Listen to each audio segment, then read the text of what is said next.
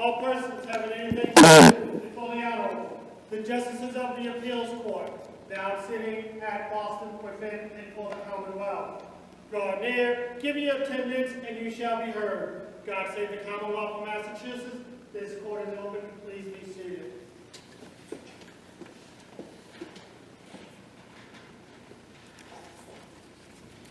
Good morning, everyone. This is Monday, May 12th sitting. Our panel today is myself, Sabita Singh. To my right is Justice Andy D'Angelo. To my left is Justice Chris Hodgins. So let's get right started with the first case, City of Somerville versus Sean Williams, 24P 398. Will counsel please introduce himself?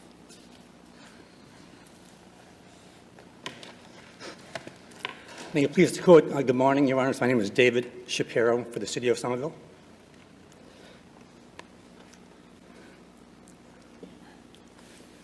There are two major key points we have in this case. One, there is a privacy interest in resident parking permits that are required to be obtained by residents in Somerville. And my second major point is that the public interest does not substantially outweigh the privacy interest in disclosure. As to the privacy interest, there are two separate arguments. I think that's really important for the court to note.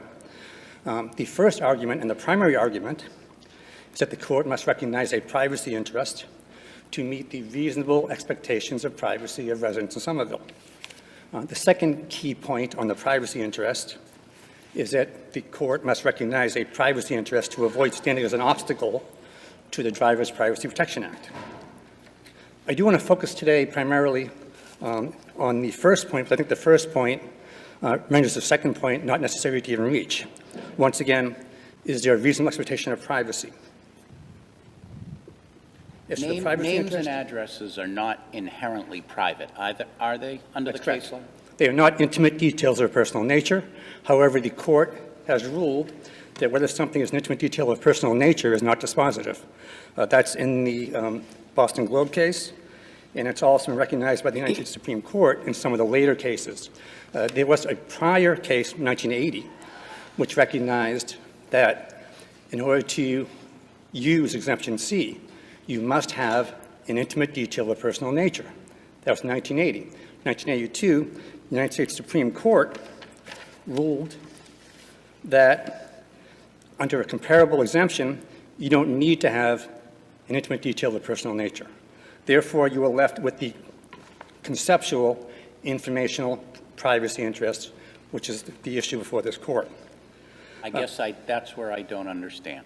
So in this case, if the information is disclosed, it would disclose the names and addresses of the people who have the parking permits, correct? That's correct. So why was it wrong for the judge to say there was no privacy interest because she said it's only disclosing the names and addresses, and I don't find that to be a valid privacy interest? What's wrong with her saying that? Sure, because under the Driver Privacy Protection Act, there are two key purposes.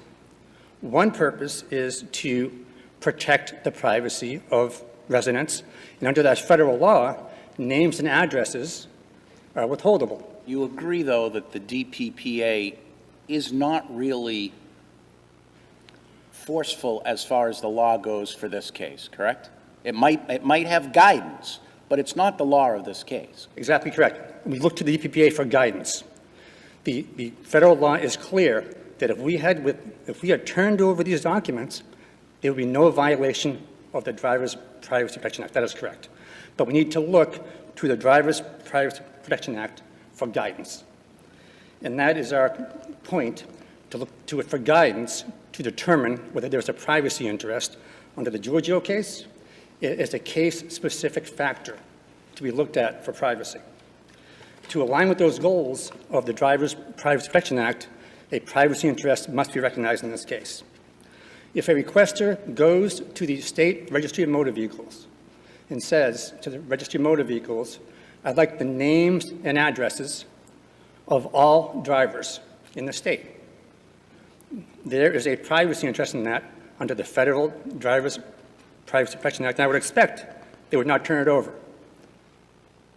If the requester went down the street to the City of Boston City Hall, for example, or to Somerville City Hall, and asked for the same information, which is inextricably linked to driving, the supervisor says there's no privacy interest at all. Does that make sense that there is no reasonable privacy interest at all in this case for residents? What are the reasonable expectations of residents? So as to the privacy interest, Well, what if we just put that aside for a second? What if we were to agree with you that there is some level of privacy involved in names and addresses and so forth? Why isn't this case like the Attorney General versus Collector of Lynn case, where there's some privacy interest in people's names on the tax rolls, but the public interest outweighs that privacy interest in determining who's been paying their taxes? the public interest would substantially outweigh the privacy interest for a determination as to who's paying the taxes to see who it is who's a tax delinquent. That would be different in this case. What is the public interest in knowing who it is, who were the drivers in Somerville, other than potentially what they said in Boston, what they determined in Boston was they turned it over. And there is a bare allegation, I believe, at its best, that the records are reflecting improper conduct or errors by the city. There's no evidence of that, and that brings us to Yes, but how do you know until you get the records to look at them, right? So in other words, there is a public interest involved here, and it's making sure that the city is properly administering this program, and it's giving parking permits to people who merit getting parking permits, and there's no preferential treatment involved. That's correct, Your Honor. There isn't public interest in that, but under the Massachusetts Landlords Incorporated case, where Your Honor was actually on the panel, versus Executive Office of Housing and Livable Communities, when that is the basis of the public interest. Bare allegations do not suffice. Speculation does not suffice. We turn back to the Boston Globe Media Partners case, where the public interest being asserted is to show that responsible officials acted negligently or otherwise improperly in the performance of their duties. You need more than a bare suspicion. You've got to show that evidence that warrant a reasonable belief that the alleged government impropriety might have occurred. So the privacy interest, once again, is implicated because of the looking to the DPPA for guidance, for instruction. Intimate details, not dispositive. I understand that names and addresses generally not dispositive. You need to look at it in context. And I think that example I gave shows why there is a reasonable expectation of privacy for residents. Other source availability does not apply here because specific information in the public domain must duplicate that database. This is not a voting database. This is a driver's database, not the same database. As far as public interest. It's not a driver's database. The driver's database comes from the Registry of Motor Vehicles, which is governed by the DPPA. Here, what the city was providing was people with parking permits. So isn't there a difference between driver's information at the registry versus parking permits at the city? In this case, the parking is inextricably linked with driving. A person who goes to the registry wants all the drivers. Database, they don't turn it over. Now you come over to City Hall in Somerville, and you say, you know you can't get the driver database from the state. It just so happens that Somerville is a large city, densely populated.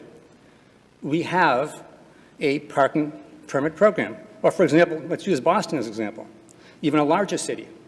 You can basically do an end around the state law and the federal protections in order to get that information that is privacy. Informational privacy, I can say over the last 10 years, has become very big in communities. But don't you see that the registry information is, I'll say, over-inclusive because it gives out information, it could give out information other than the DPPA of every driver in the state of the Commonwealth of Massachusetts. Whereas in Somerville, they're not asking for all drivers of Somerville. I don't even know if that information exists at the city. They're saying we just want the limited portion of people who have parking permits. So it's limiting what they would get from the registry to a subset, isn't it?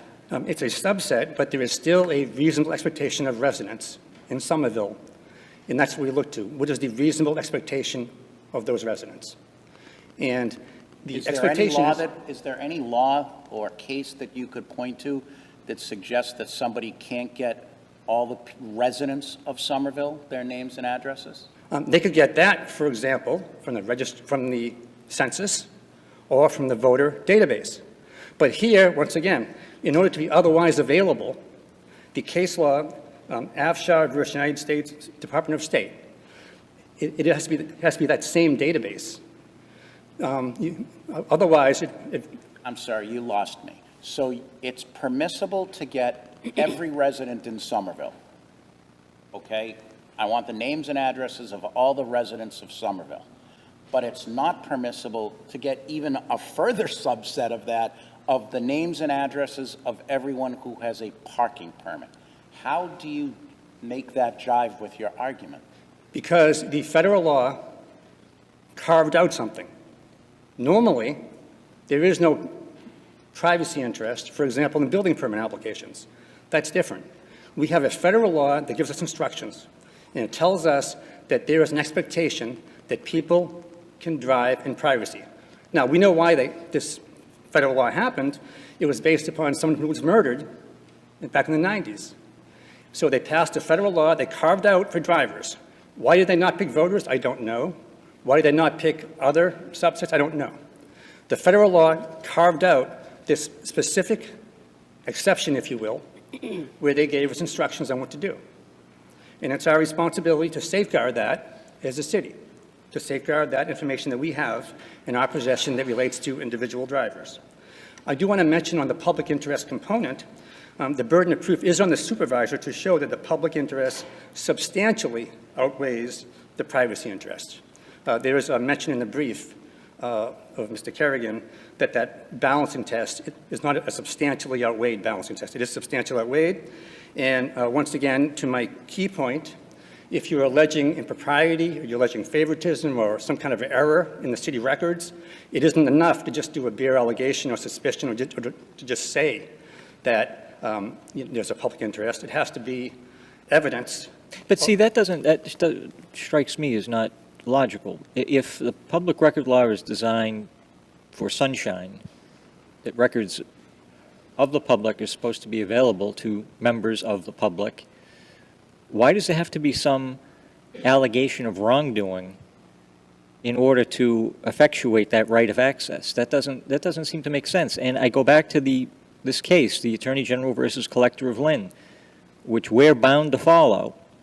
And in that case, the action arises out of a request by individual members of Lynn Fair Share to the Collector of Lynn for lists of owners of real property in Lynn who were delinquent in the payment of their real estate taxes. There did not have to be any allegation of wrongdoing. It could be idle curiosity, couldn't it? No, Your Honor, that's under the NARA v. Favish, United States Supreme Court, 541 U.S. 157, as well as the Mass Landlords case versus Executive Office of Housing and Livable Communities. Those are perhaps later cases. And in fact, and this goes to the issue of building permits, for example. Building permits, it would make sense to make those publicly accessible so people can look out for noise or impacts on the community. In the issue of tax delinquents, there's a public interest in knowing who it is who's not paying their taxes. That's an entirely different question of whether someone is driving in privacy, especially in the context of that federal law. And I do want to mention one thing. Normally, But the public interest is in what the government is doing, right? It's not necessarily what the people with permits are doing, but it's what the government is doing. Isn't that the public interest there? right, there's a public interest in overseeing what the government is doing. However, when you are alleging favoritism or wrongful conduct or anything of that nature, you have to have a showing under the case law. And if a totally unsupported allegation, and there's also, I want to do quote this case from the United States Supreme Court, if totally unsupported suggestion that the interest in finding out whether government agents have been telling the truth justified disclosure of private materials, government agencies would have no defense against request for production of private information. Once again, there needs to be a public interest that substantially outweighs the privacy interest. Tax delinquents is an entirely different matter, as would, for example, building permits, in terms of that public interest balance, because there is an interest in knowing that, for example, individuals are not paying their taxes. That's a different concept than in this case, what we have is a purely private matter that's completely attenuated to government activity. This is asking for a database of residents. That's what it's essentially asking for. And that is entirely different than Well, it's a asking for database. a database of a subset of residents, of people, only people who have parking permits. Right. And that subset, once again, under the federal law and the federal guidance, has a privacy interest. I see my time has expired, so unless there's additional questions, I will rest in my brief. Thank you. Thank you.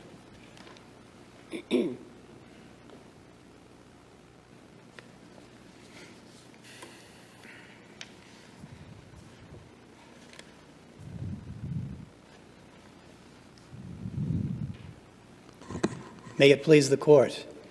Good morning, members of the panel. My name is Michael Kerrigan. I practice at Sloan & Walsh in Boston, and I'm here today as a Special Assistant Attorney General with the privilege of representing the Supervisor of Public Records. Your Honors, if I may give you a very brief outline of where I intend to go in the brief time we have here today.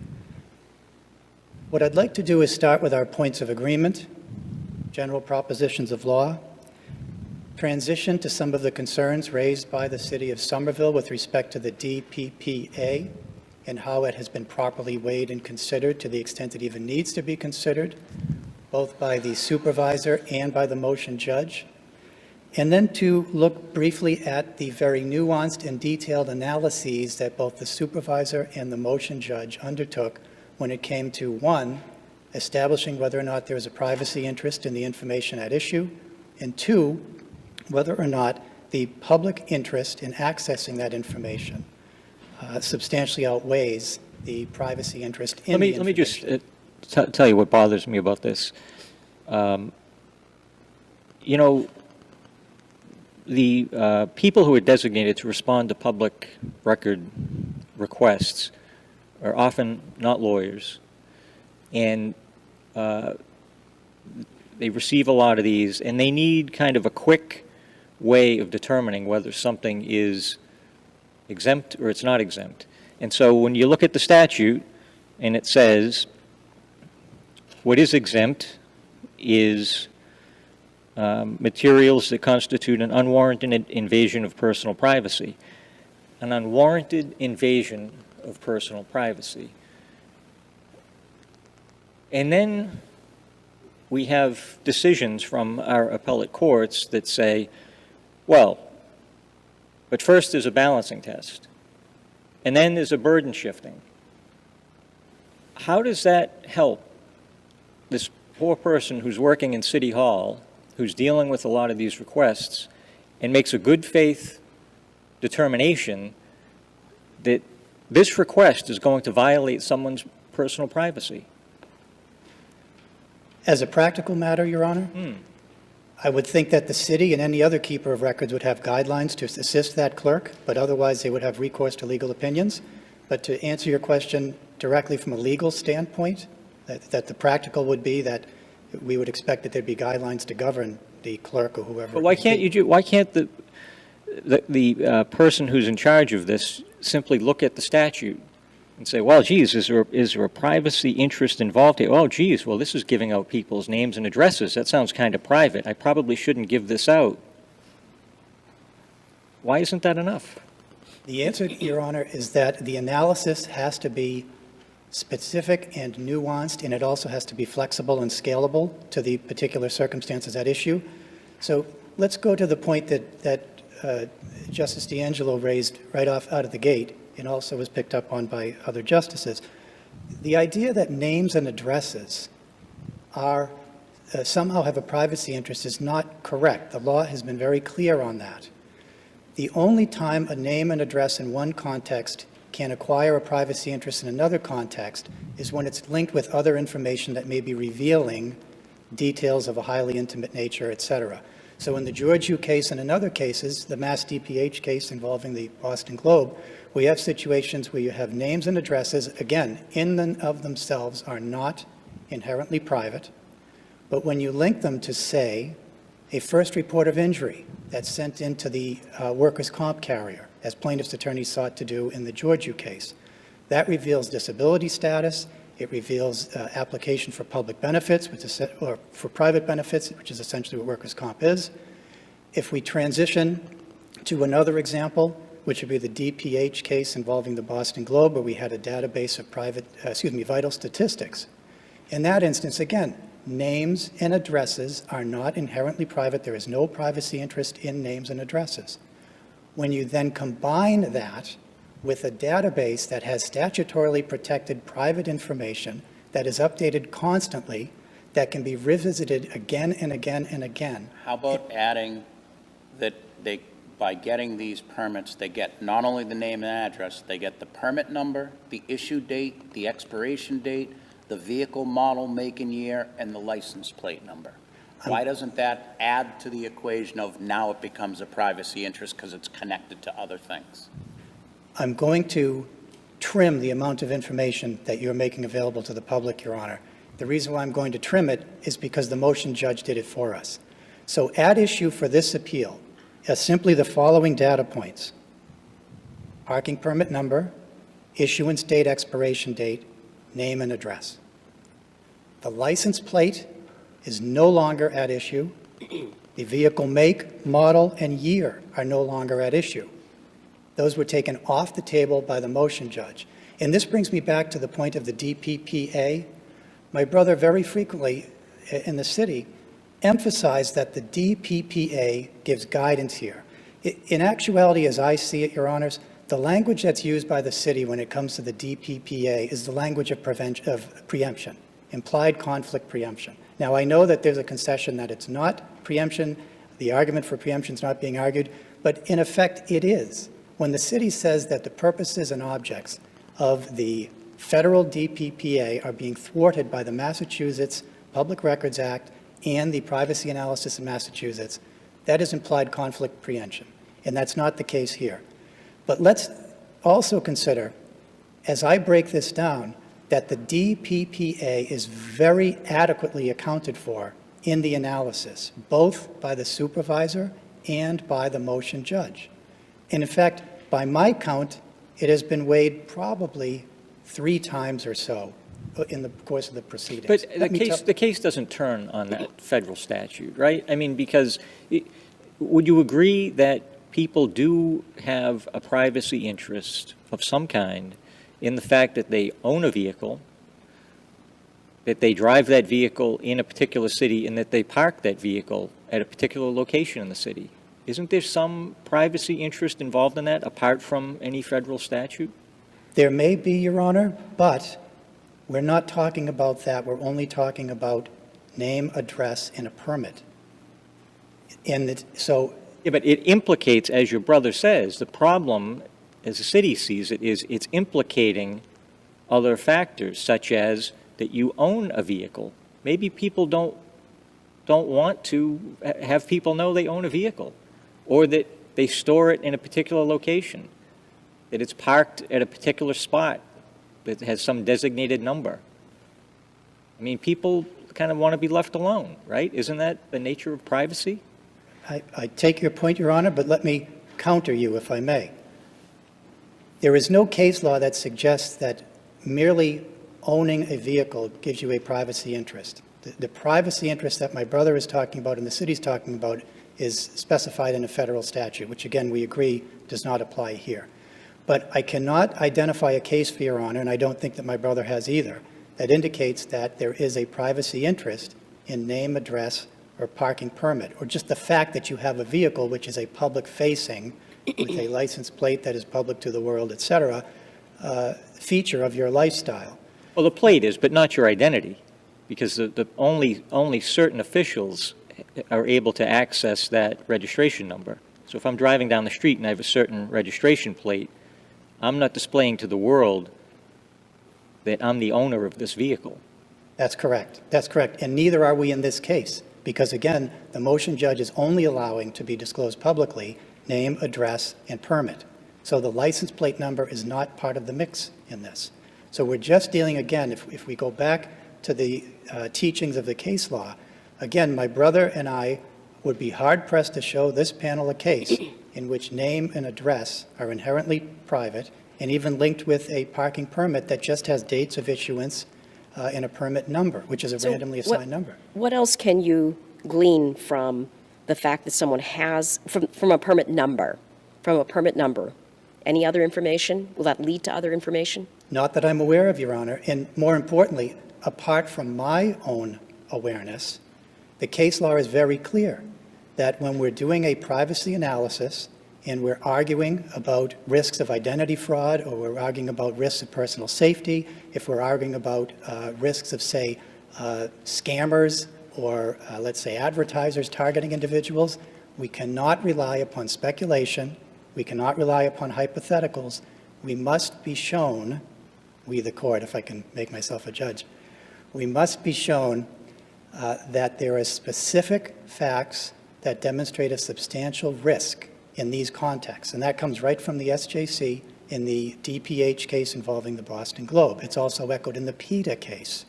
And we also have an exemption, separate exemption, not at issue here, exemption N from the Public Records Act that speaks to issues like public safety, risk to infrastructure, things of that nature. So the first point in answer to your question, Your Honor, is that there has to be some specific showing before the court can allow a balancing to weigh in one side or the other. And very quickly on that same point, with respect to the balancing analysis, the city has had, by my count, 2 or 3 opportunities to present evidence to the supervisor. There was the original request in 2014. There was another request in 2017. There was a remand by Judge Henry from the Superior Court. The city was given 3 opportunities to present specific instances, specific facts in which this information would pose some risk of harm, of scam, of some identity theft or otherwise, and that was not done. So the court's record. The Registry of Motor Vehicles has a lot more information than just driving records. They have title records, they have registrations, and so forth. Does the DPPA govern any of those, or is it only the driving portion? The DPPA speaks a little bit more broadly than particular, let's say, data points of information, Your Honor, in that I won't quote the statute here, but if you'll bear with me, it is words to the effect of information that identifies the driver, and then it has various examples, kind of a non-exhaustive list of the types of information at issue. And if we're using a certain canon of construction that indicates that items following a generalized term tend to limit that term, then we can assume that the DPPA is limited to certain information by implication. But again, Your Honor, if I could come back to the fact that the DPPA's interests now, I take Justice Hodgins' point that that statute does not apply here, and that we're not so concerned with the DPPA, even though it's a major part of Somerville's brief. The interests that are articulated and are the focus of concern in the DPPA have been adequately addressed, and I would say even more than adequately addressed by both the supervisor and the motion judge. And in fact, the motion judge was under no obligation to consider the privacy interests articulated in the DPPA. It is a flexible, discretionary balancing of case-specific factors. And the judge in the Superior Court actually says in her opinion that she acknowledges the DPPA does not govern here, but she says she will consider the privacy interests as part of her balancing analysis. She did exactly that. She concluded that there was a moderate, her words, moderate privacy interest in the vehicular information, license plate number, registration, make, model, year. And that is why the motion judge carved that information out as being beyond the public interest, Could you- pardon me, beyond public access. Could you articulate the public interest and respond to the argument that there's no public, well, essentially that there's no public interest unless there's already some allegation of wrongdoing? Yes, that's the chicken and the egg question, Your Honor, in that, as Justice Hodgins, I think, pointed out, how would you know there's wrongdoing if you don't have any information to base that wrongdoing on? And that's the mass landlords case. I would point out that that was a Rule 28 decision of this court, so it has no precedential value, of course, but it may have some persuasive value. But, Your Honor, I'll let the SJC answer that question for us, because there's not just one public interest in play here or in any other case. Again, it's flexible. The supervisor and the motion judge both had the discretion to use whatever public interests were legitimate in their estimation. And so we're not just talking about the ability of citizens to monitor the government to make sure the government is doing its job adequately in a law-abiding manner and efficiently. Let's look at some of the other public interests, all valid, pointed out by the SJC, and this is in the DPH. Well, let me just ask you this, as you're running out of time. So I just want to make sure I'm clear on this. If there is someone who's watching, let's say, a particular vehicle parked and is curious as to, well, I wonder who that young woman is who's parking that car there, and has his eye on her. If this information is released to the public, would that person be able to determine who that young woman is who's parking that car there? I don't know how that would happen, Your Honor. I don't know how that would happen. Okay. Your Honor, I didn't fully answer your question. Would you like me to very briefly finish with the If you few could, yes. items? All right. This, Your Honor, is an answer to your question of other valid public interests here in play. This is from the DPH case involving the Boston Globe at pages 448 to 52. Here are some of the public interests that the SJC articulates are valid in this context. Ensuring the government is recording and maintaining data accurately, learning about government operations, reporting on the government, verifying facts to improve that reporting, studying trends in government statistics, ferreting out voter fraud, determining the quality of public housing, providing injured parties with accurate information about owners and operators of vehicles. So we have a panoply of public interests in play in this case that map onto the interests articulated by the SJC. So there is a substantial outweighing of the privacy interest to the extent there is any privacy interest in the names and addresses of the individuals at issue. I thank the court for its time, and I thank you for the extra time, Justice Singh. Thank you. Thank you to the parties. The case is submitted.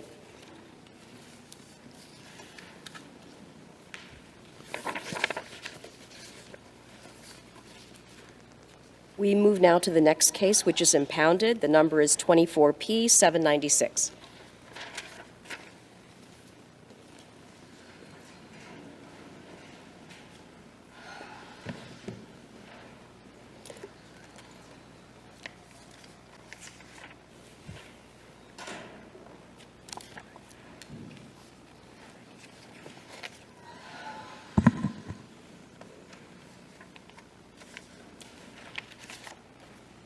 Give everyone time to get settled. Of course. Good thing I didn't get another coffee. I would have started talking already, Justice. You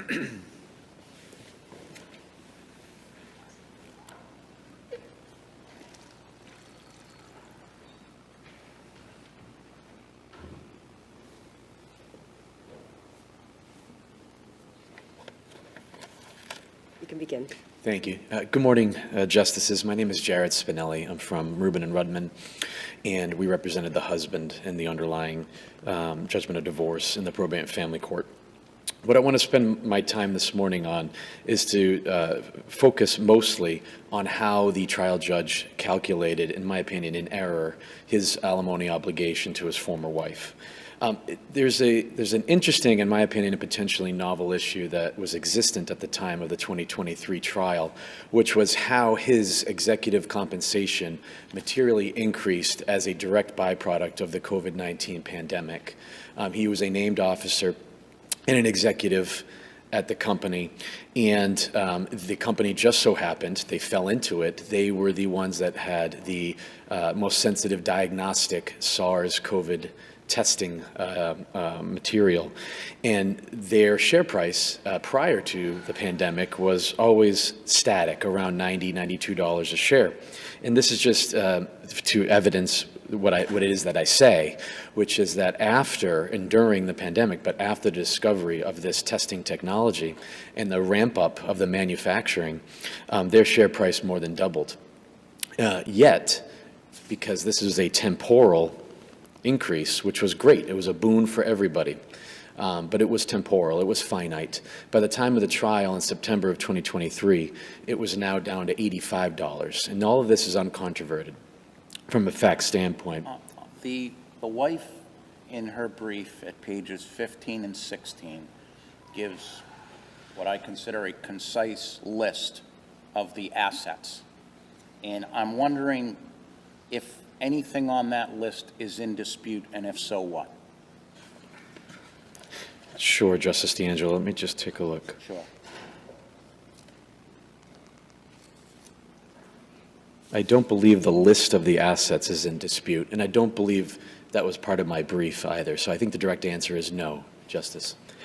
But just getting back to this calculation, because I think it is relevant, I don't think anyone's disputing that this was a special circumstances alimony case akin to Young. No one's disputing that. However, it was how it was impacted, because there is also no dispute from the evidence and from the facts that the husband was paying himself at every moment when they were in the money, when they could execute these stocks to add additional compensation, which was materially benefiting both parties. He was paid by his company in three ways: traditional base salary, traditional cash bonus.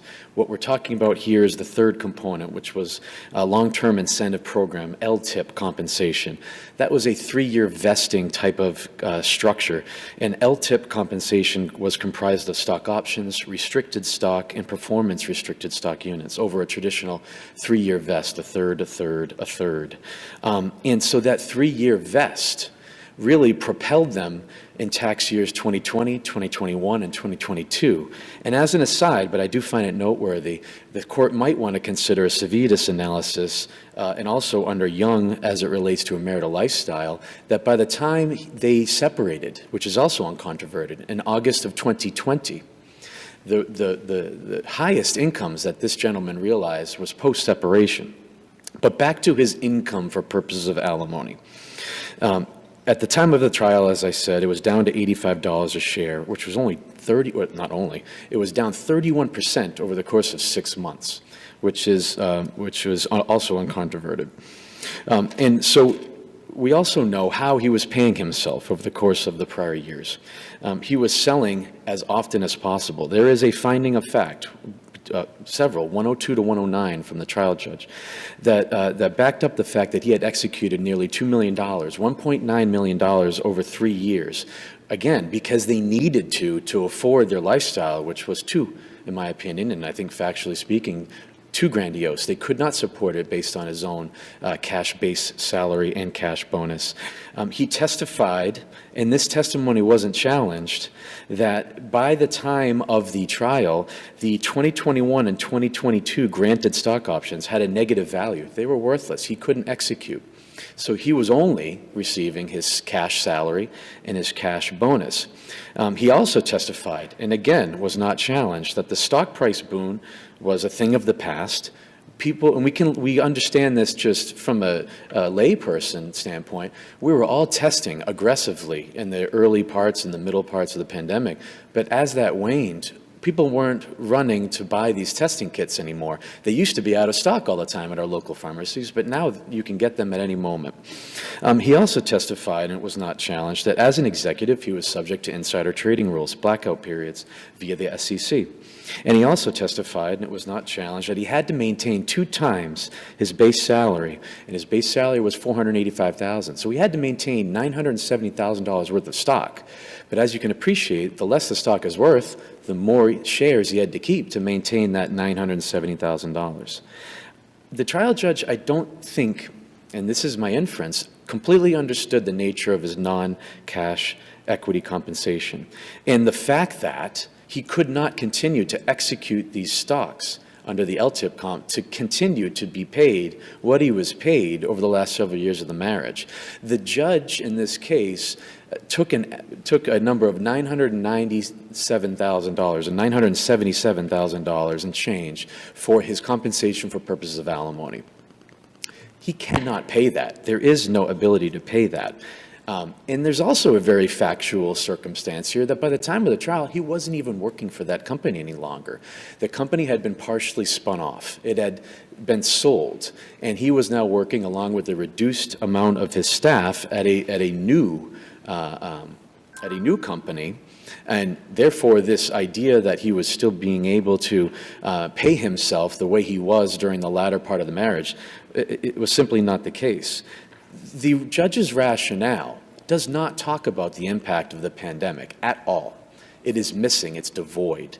The judge doesn't say, I contemplated, but I decline, or the judge didn't say, conversely, that she took credence in these facts. There was nothing in the rationale findings of fact that had any contemplation about the fact that there was this very clear and calculated increase temporally in his compensation, and the fact that he testified, and it was uncontroverted, but that by the time of the 3-day trial, it was back down and actually below. It was now no longer had any value, those shares. So I think that was plain error. I think that was improper. Where did that number come from? That 977,885. Because it's pretty close to the Medicare wages in 2018. But it's not. Sure, Justice Hodgins. So I think what it was, and to the judge's credit, because I understand this is a complex set of circumstances, I believe it might have been the lowest of the prior 7 years that he earned at the prior company. And so while I appreciate that, I don't think that goes anywhere near where it should have been in recognition of two things. He wasn't working there anymore, number one. Number two, he couldn't sell his shares to supplement and get that $485 base salary plus a couple $100,000 because there was a cap on a cash bonus, 60% of his base. He could not continue to execute to get up to $1 million. It was impossible. So to rely on that, and if you think about it, it doubled what his temporary alimony support was. The parties got it right at the temporary. I'm a little confused. Sure. So are you disputing that the income of the husband per year was almost $998,000 a year? I'm not disputing the history of his total compensation during the latter 5 years of the marriage, Justice D'Angelo. What I'm disputing is his ability to continue to make that total amount of money from the three buckets. Because his salary was $485, there's a 60% cap on his cash bonus, which gets to about $750. He used to be able to supplement and get up and over $1 million by executing because they were in the money. The times were great. They were both making more money. The lifestyle was the best it's ever been.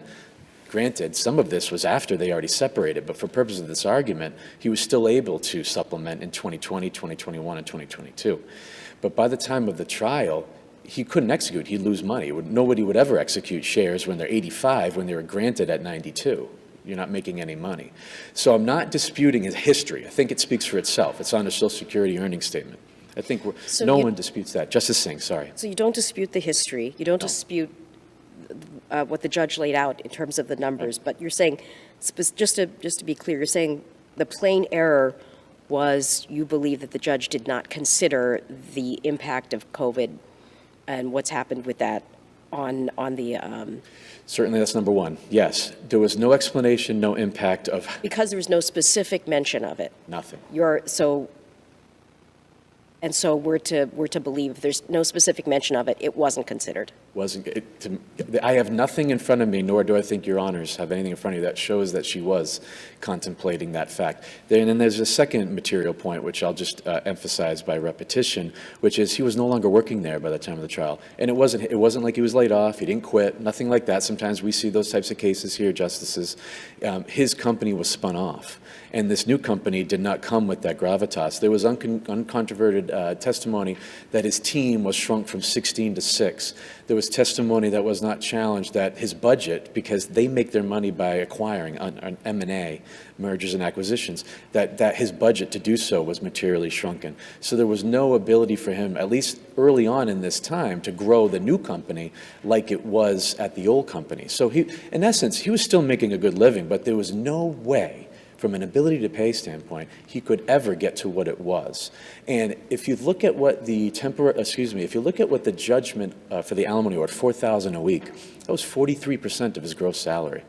And the testimony and the evidence from the trial record from his financial statement was he couldn't even support himself. So you don't contest, to echo Justice Singh, the 998 history of the salary? Uncontested, Justice. What evidence was presented as to, at the time of trial, what his salary was at that point in total? Yep. What was the evidence? There was ample evidence in the trial record, pay stubs, Justice, offer letters, employment from the... How much? What's the total of what you submitted as the salary? It's the same. They gave him the same salary that he had at the prior company, $485, because there was a spin-off. It wasn't a brand-new company. Maybe I'm not making myself clear. Sorry. I'm a boilerplate kind of guy. Yes, sir. So the judge said $998 per year. Put all the columns together, $998. Yes. What is your argument as to what's that grand total at the time of trial that she should have used? What was the number Correct. she should have used? Thank you, Justice Angelo. I hope I can directly answer your question now. I started to say earlier, the parties got it right in the temporary stipulation when they agreed that he would pay a fixed base alimony from his salary, and then if, as, and when, right, so this is a special circumstance, we don't dispute that, if, as, and when he received additional compensation, the former wife would receive a percentage. And we also don't dispute the percentages, just to be clear, if you hear from my sister later, the percentages are also not disputed, 21%, 20%, that's fine. But it's an ability to pay argument, which is if, as, and when he realized additional compensation, he would be more than willing and happy to pay it because it's a long-term marriage. That's what our statute deserves and governs. So that's what they did for 2 years. What's the number? Yep. So the number would have been, I apologize if I'm not being directly responsive, Justice D'Angelo.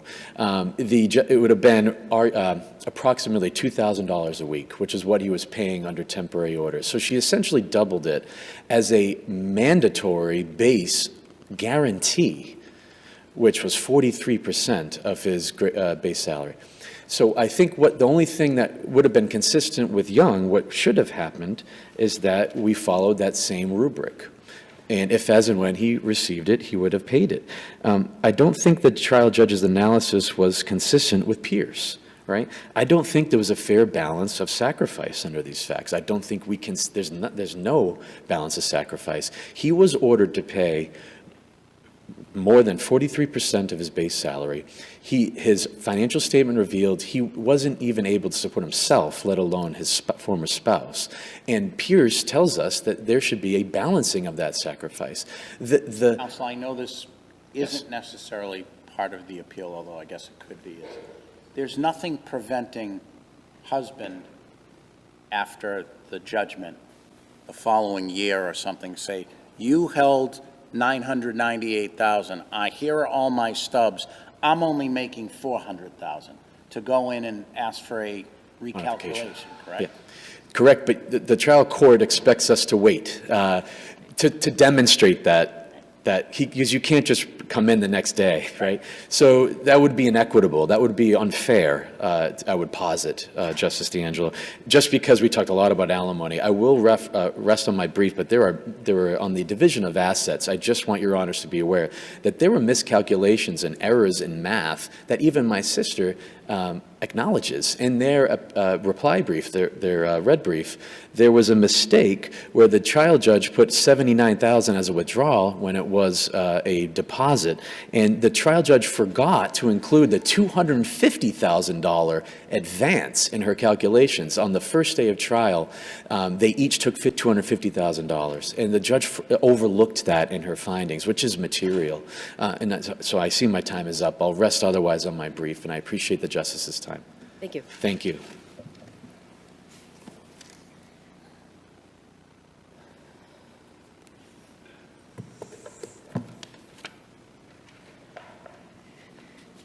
May it please the court, good morning. My name is Nancy Freed, and I, along with my partner, Anna Martinetti of Prince Labelle, represent the appellee Kathleen Glasgow-Turow.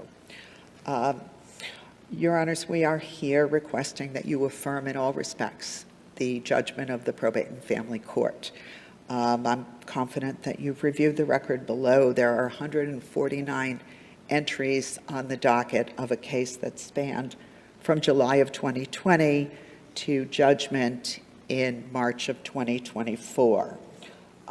It is clear in deciding whether there's an abuse of discretion that the court must determine whether the disposition constituted action which no conscientious judge acting intelligently could have taken.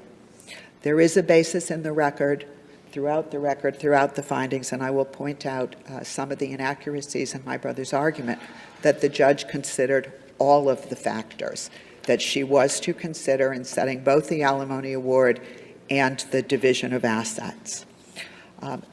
In my brief, I set forth the husband's earning history at page 34. And we go back to 2017 all the way through 2023. Counsel, opposing counsel has agreed that the history is right. And again, I'm looping it together, again, boilerplating it all, $998,000. He agrees that historically that's correct. The argument he's making is that at the time of trial, the numbers had drastically changed, almost by 50%. That seems to me to potentially be an abuse of discretion there. So can you talk about where he comes up with basically a 50% erroneous amount? The numbers, Your Honor, had actually dramatically increased. And if I go backwards to the husband's Social Security earnings, in 2022, it was $3,648,569. In 2021, it was $2,703,000. In 2020, it was $2,113,000, and I'm rounding to take off the hundreds. In 2019, it was $1,682,000. So in fact, it is the inverse. The judge used the lowest Social Security earnings, and that was from 2018. In 2017, his Social Security earnings, Medicare wages, were over $1 million. In 2017, 2018, 2019, most of the world had not heard the word COVID. 2020, if his argument had merit, one would say that his 2020 earnings, which were $2.1 million, were only at the beginning of COVID. So while the husband would like to conveniently construct an argument that it was COVID, yes, his income went up, yes, his stock was more valuable, but the judge used the lowest number that she could have used, and that was the $997 in 2018. At the time of trial, husband, and in the court's findings, at finding number 82, the 2023 LTIP, which his compensation summary, the target was $1,552,000, which was $485,000 in base salary, $291,000 in bonus, and $776,000 in LTIP. She was quite conservative in using the lowest number and the number prior to COVID. But just the selection of that number, I mean, it just strikes me as somewhat arbitrary. Like, why, and I'm still trying to understand why that number was picked. Why the 997? Because I think it was the lowest number from 2017 to 2023, to the time of trial. Yes, but if he's submitting financial statements that indicate his income is now, let's say, $490-something thousand a year or something in that range, I mean, why couldn't she have just picked one of those numbers too? So what I think my brother is arguing is at the time of the temporary order, there was a support order that was 24% of his base income and 24% on everything above his base income. So the order was self-modifying on everything above the base. What she did was she took base, bonus, and some part of the LTIP. She looked at all of that compensation together, and rather than paying the bonus and the LTIP on an if, as, and when basis, she fixed a number at $997. My client at the time was earning $26,000. She subtracted that, and she took approximately 21% of the difference between the $997, which was his income, $26 was hers. But what the judge did is, rather than having it self-modify from everything above the base, she included all of the other components. She also, importantly, she ordered that the wife would retain the marital home, and she ordered that she was to refinance it. It had a significant mortgage on the time, and there would have been no way that the wife would qualify for a refinance based upon what was the temporary order on base only, which was approximately half of what the final order would be when you considered all of the components. She also considered young, and it was clear, so there were findings throughout, that the wife needed alimony. She was entitled to alimony. It was a long-term marriage. It had durational limits that would be consistent with the ARA. But she looked at young, and she determined that the wife's needs were $333,000, which were the numbers set forth on her financial statement. She ordered a payment at $208,000, which was insufficient to meet the wife's needs. She then ordered additional alimony, 20%, on the amounts above the $997, but she capped it at another $125,000. So while the husband's brief suggests that she wasn't in compliance with young, she was in compliance with young because it met needs, and if the husband's income had been $3.6 million as it had been in 2022, if it had continued to be that high, then it would have exceeded the needs. What do you say to counsel's argument that there are basic calculation errors in the judge's judgment?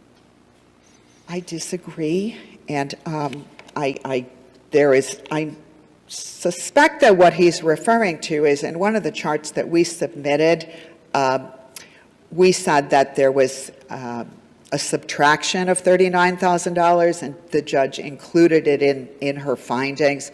To the extent that there was an error, it was de minimis and insignificant. The husband's brief, and in his argument, keeps referring to that the judge failed to consider a $250,000 distribution to each of the parties. She considered it. It's in her findings. There are multiple places in the findings that say, and I'm trying to find the page, that considering all of the advanced distributions, that she was still making the following judgment. So the record has several references to her consideration of the advanced distribution that was made on day one of trial. My brother, in his brief, also argues that the judge abused her discretion by not permitting the husband to file a financial statement on the third day of trial. I do want to point out that trial began on September 29th. There was a second day of trial on October 10th, and there was a third day of trial on November 20th. So more than from October 10th until November 20th, more than 40 days had lapsed, during which time that the husband would have been able to provide counsel in the court with a financial statement, but rather counsel handed it to me and attempted to file it at that time, and the judge did not allow the filing of that financial statement. The husband was on the stand, and counsel had an adequate opportunity to inquire of his client as to any changes that there might have been at the time of his testimony. And in addition, the substantial change seemed to be the $250,000 distribution that each party received, which was accounted for in the court's judgment. In his brief, my brother argues that the judge abused her discretion in ordering a 75-25 division of the children's educational expenses, which we believe was also appropriate given what was the substantial disparity in the net after-tax income for the husband and net after-tax income for the wife. My brother also in his brief argues that the judge abused her discretion by not ordering the parties to file a joint 2022 tax return.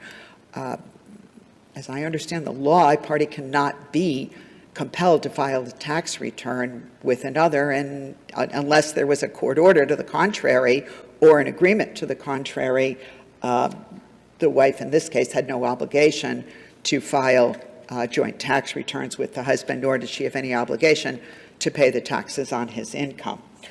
There is an argument set forth in my brother's brief that suggests that the court did not make independent findings, and that essentially she calls it cut and pasted our findings. It's an interesting argument because, as my brother has pointed out, both in his brief and in his argument today, that the court made a mathematical error that we didn't make. So clearly, her findings were her discretion. She considered all of the discretionary and mandatory factors, and we believe after a long case and a lengthy trial and 149 entries that she made the right decision. She did not abuse her discretion. She did not commit an error of law, and we are asking that you affirm her judgment in all respects. Thank you. Thank you. Thank you to the parties. The case is submitted.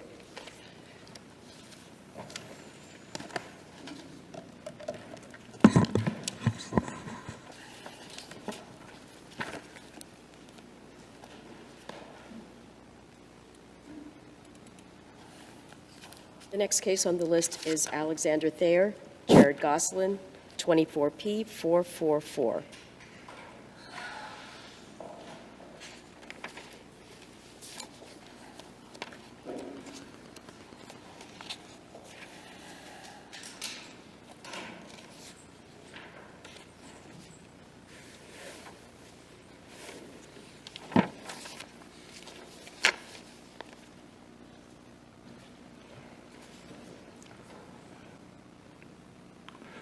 Good morning, Your Honors. Richard Latimer, Falmouth, Massachusetts, appearing for the plaintiff appellant Alexander Thayer. If I may just get right to the point, we are appealing because of what appears to be, if not an error of law, abuse of discretion by the trial judge in both admitting prejudicial evidence against Mr. Thayer and excluding non-prejudicial, relevant, and competent evidence against the defendants. Counsel, can I ask a procedural question? Is it fair, based on what you just said and based on the brief, you're not appealing any post-judgment motions or any findings that were made post-judgment? Excuse me.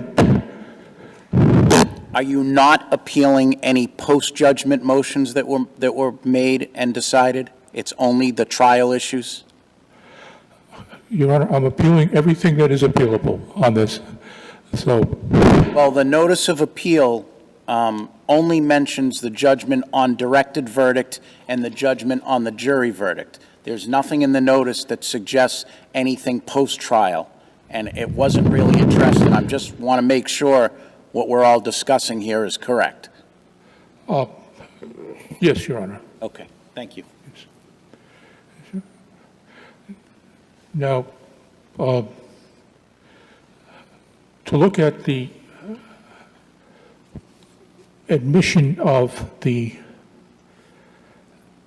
district court order revoking probation, there's no evidence that Mr. Thayer saw that. I didn't, because, frankly, he told me that his probation was revoked because he didn't have He didn't appear a few times for his probation, with his probation officer. I had no reason to doubt that. I saw the notice that he received, so that's what we went with. But ultimately, the reason why his probation was revoked is not relevant, was not material to any issue in the case. Well, isn't it relevant to his credibility? He put his credibility at stake during the trial by saying he was only revoked because of one factor, when in reality he was revoked for other factors. So why can't that go to his credibility that he was not being completely honest with the jury? Your Honor, it's interesting, though, that it was irrelevant when he said the one thing what it was. Why didn't these defendants object to that? They could have said, objection, Your Honor, irrelevant. Fine, that won't get in. That would have been sustained. No, they were setting a trap for him, knowing what he believed to be true and what he would testify to. So is part of your argument that you were not provided a copy of that decision in discovery, and therefore it was improperly admitted on that basis, or? I have to acknowledge the fact that this was impeachment evidence, yes. But I still would say that this was ambush evidence, because even though we didn't ask for it, they knew what he was going to testify to. And again, if they really thought that it was important, they should have told us about it. I guess that's, you mentioned that in your brief, but how are they supposed to know what your client is going to testify to?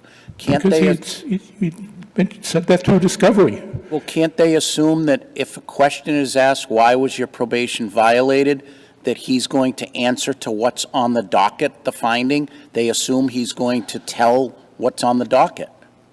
Well, Your Honor, let me move on from there. Assuming that this was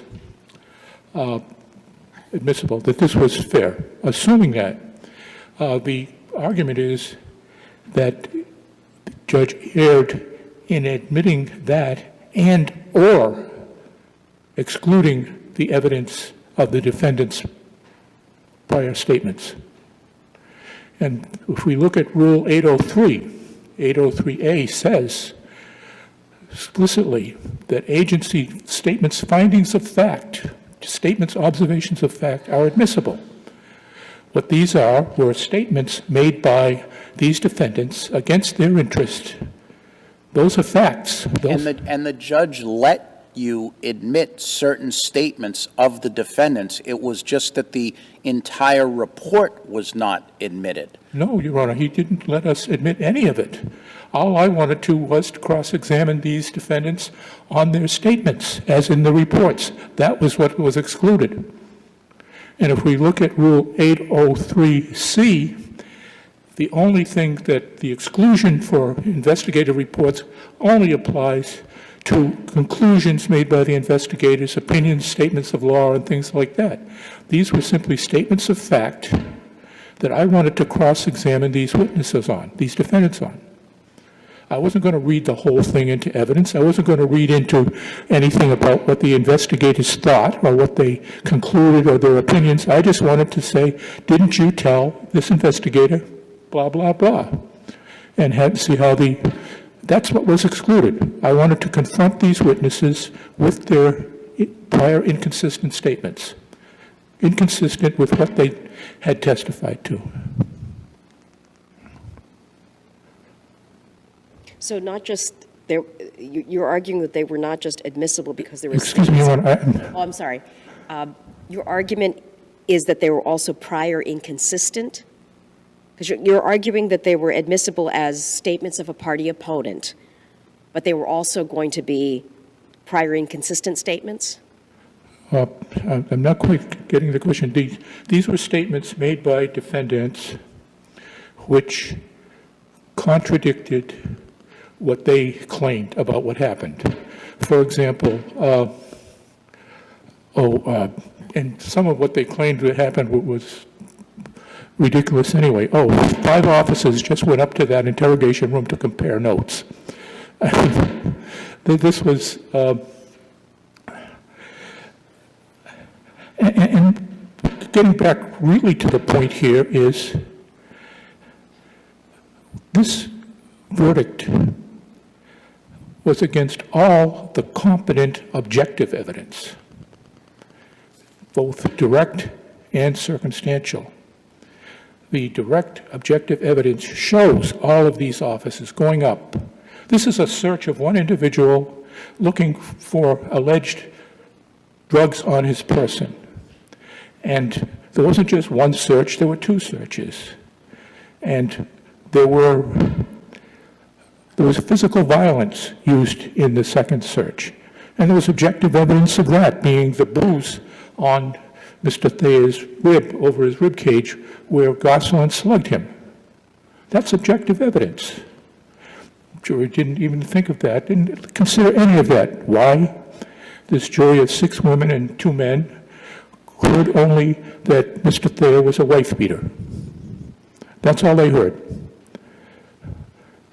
And that doesn't, and the exclusion through, what is it, 403, you exclude evidence where it has a tendency to be unduly prejudicial, even if it is highly relevant on that issue of credibility.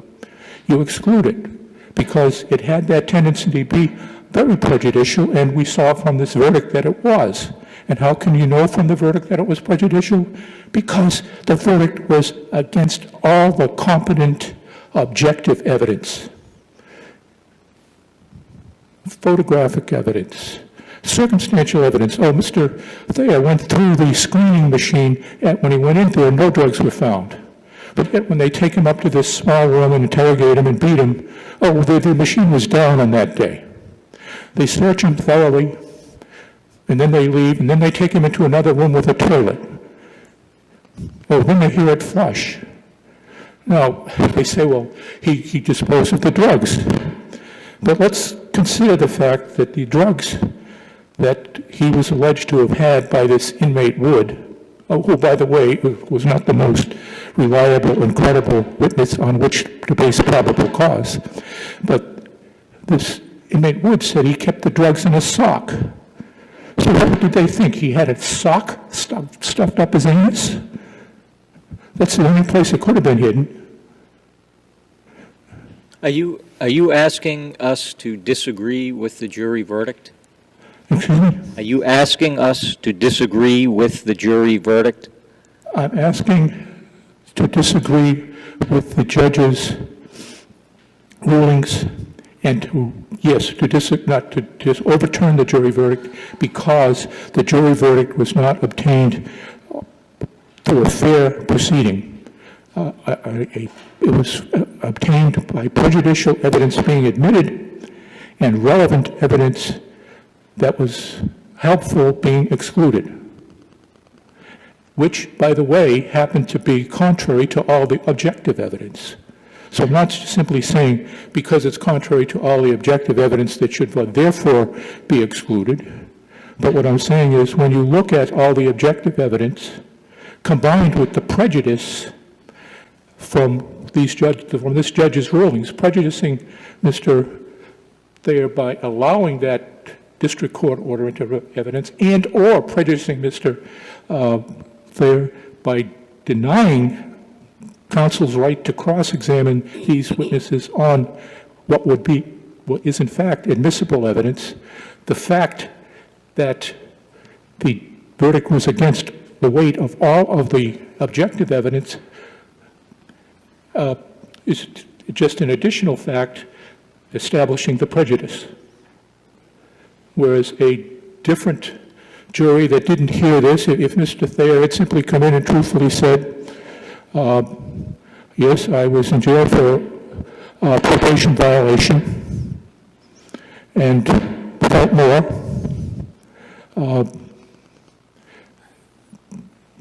I would suggest to you that a very different verdict would have very likely been obtained, because there would be nothing there for the defendants to come back with prior bad acts or which that evidence was about the district court order, was clearly introduced with the intent to establish prior bad acts, which, if this were a criminal defendant, that would be excluded, on its face. So the fact is that where the objective evidence is all in Mr. Thayer's favor, where if a jury had looked only at the objective evidence, there's highly probability that he would have prevailed on his complaint. But what the jury did instead was, as induced by defense counsel, punished Mr. Thayer for being a wife beater. But counsel, when you talk about the objective evidence, you're talking about injuries, and there was no dispute about that those injuries existed. But the question was, how were they sustained, right? And there were alternative explanations offered at trial, correct?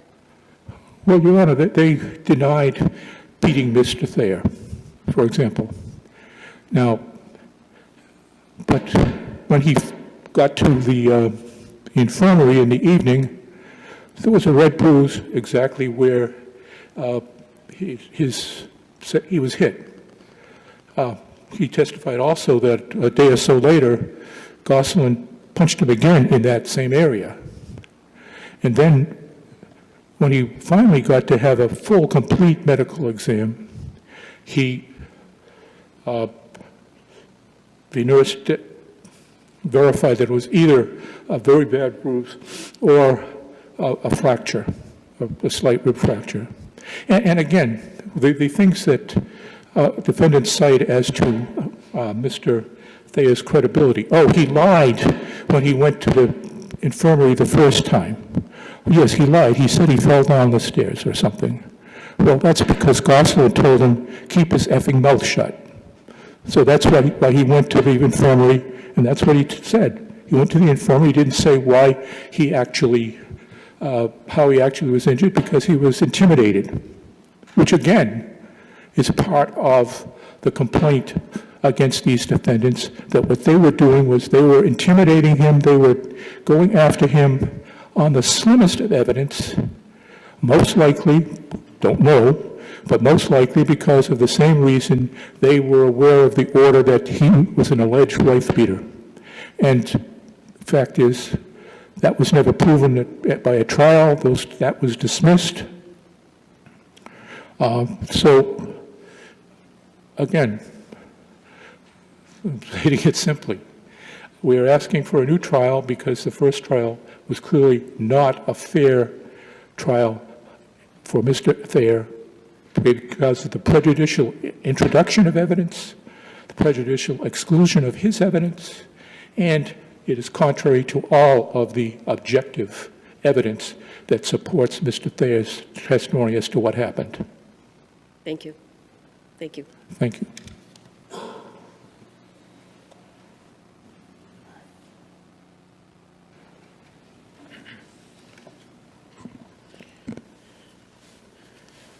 Good morning, Justices. Good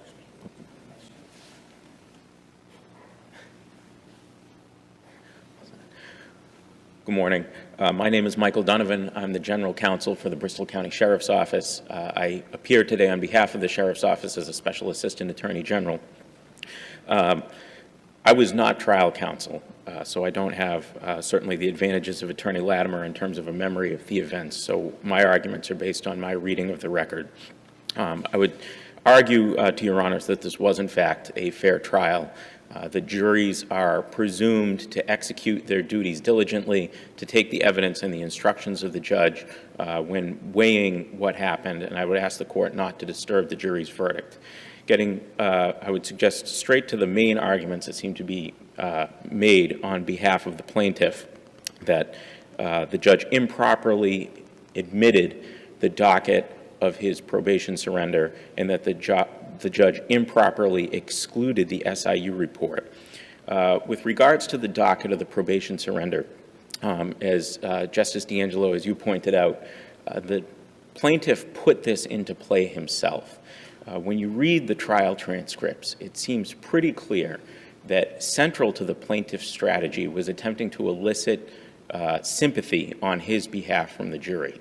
The first witness he calls on his behalf is his mother, who has nothing to say about what happened in the House of Correction, but is rather there to tell the jury about her son, a pre-existing injury, his struggles with narcotics. When the plaintiff himself testifies, it's not just a passing comment. There is a significant portion of his direct examination testimony that's dedicated to demonstrating to the jury that he's basically just a good man down on his luck. And the reason that his probation is surrendered is that he misses 2 appointments with his probation officer.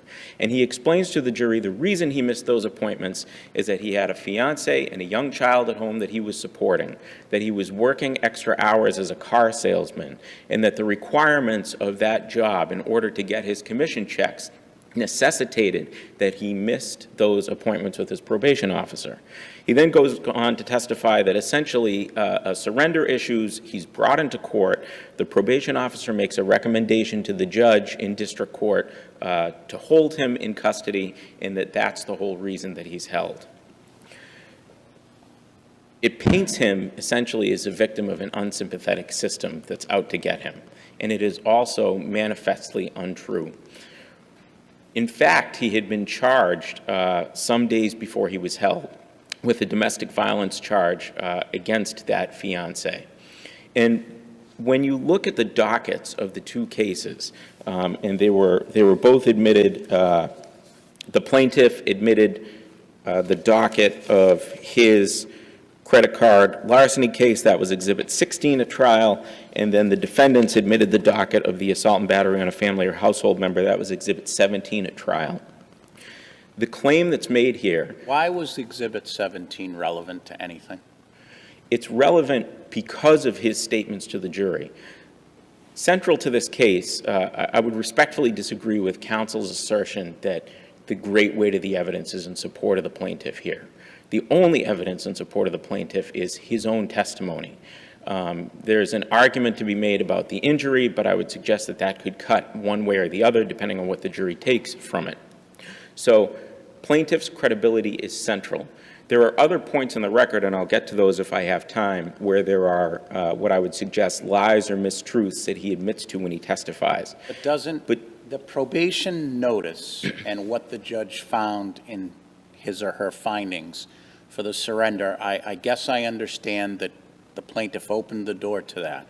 But what is the fact that the actual docket of the charge have to do with anything? You're saying it comes in to affect his credibility, that he lied by saying he was surrendered for, I'll use the same terminology, X, and Sure. You want to introduce, well, it wasn't just X, it was X and Y. I get that. But it seems like you're adding fuel to the fire by saying we're also introducing the exhibit of that charge, which, by the way, ultimately gets dismissed. Why was that admissible? That's not what was proven at the probation surrender. There was actual evidence, which is the finding. Right. Well, I would suggest that at first he attempts to deny that that's the reason for the surrender. And then he, meaning the plaintiff, testifies when he's asked just about the fact of the reason, he starts testifying about the underlying facts. Oh, she was lying, she made it up, she recanted immediately. It's very difficult when you read the transcript to get a solid answer out of him what happened. And that's why I think having the exhibit itself is important, because you can compare the dates on the exhibit, the docket of the assault and battery case, and compare it to the dates of the docket that he submitted on his own behalf, the credit card case that he was on probation for.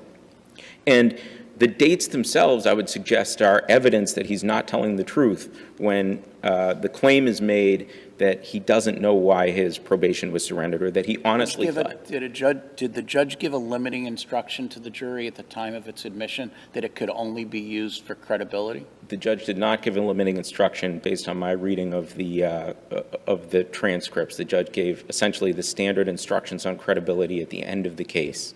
The two things I would say about that would be, one, no limiting instruction was requested by the plaintiff at the time that these were admitted or at the charge conference before the case went to the jury.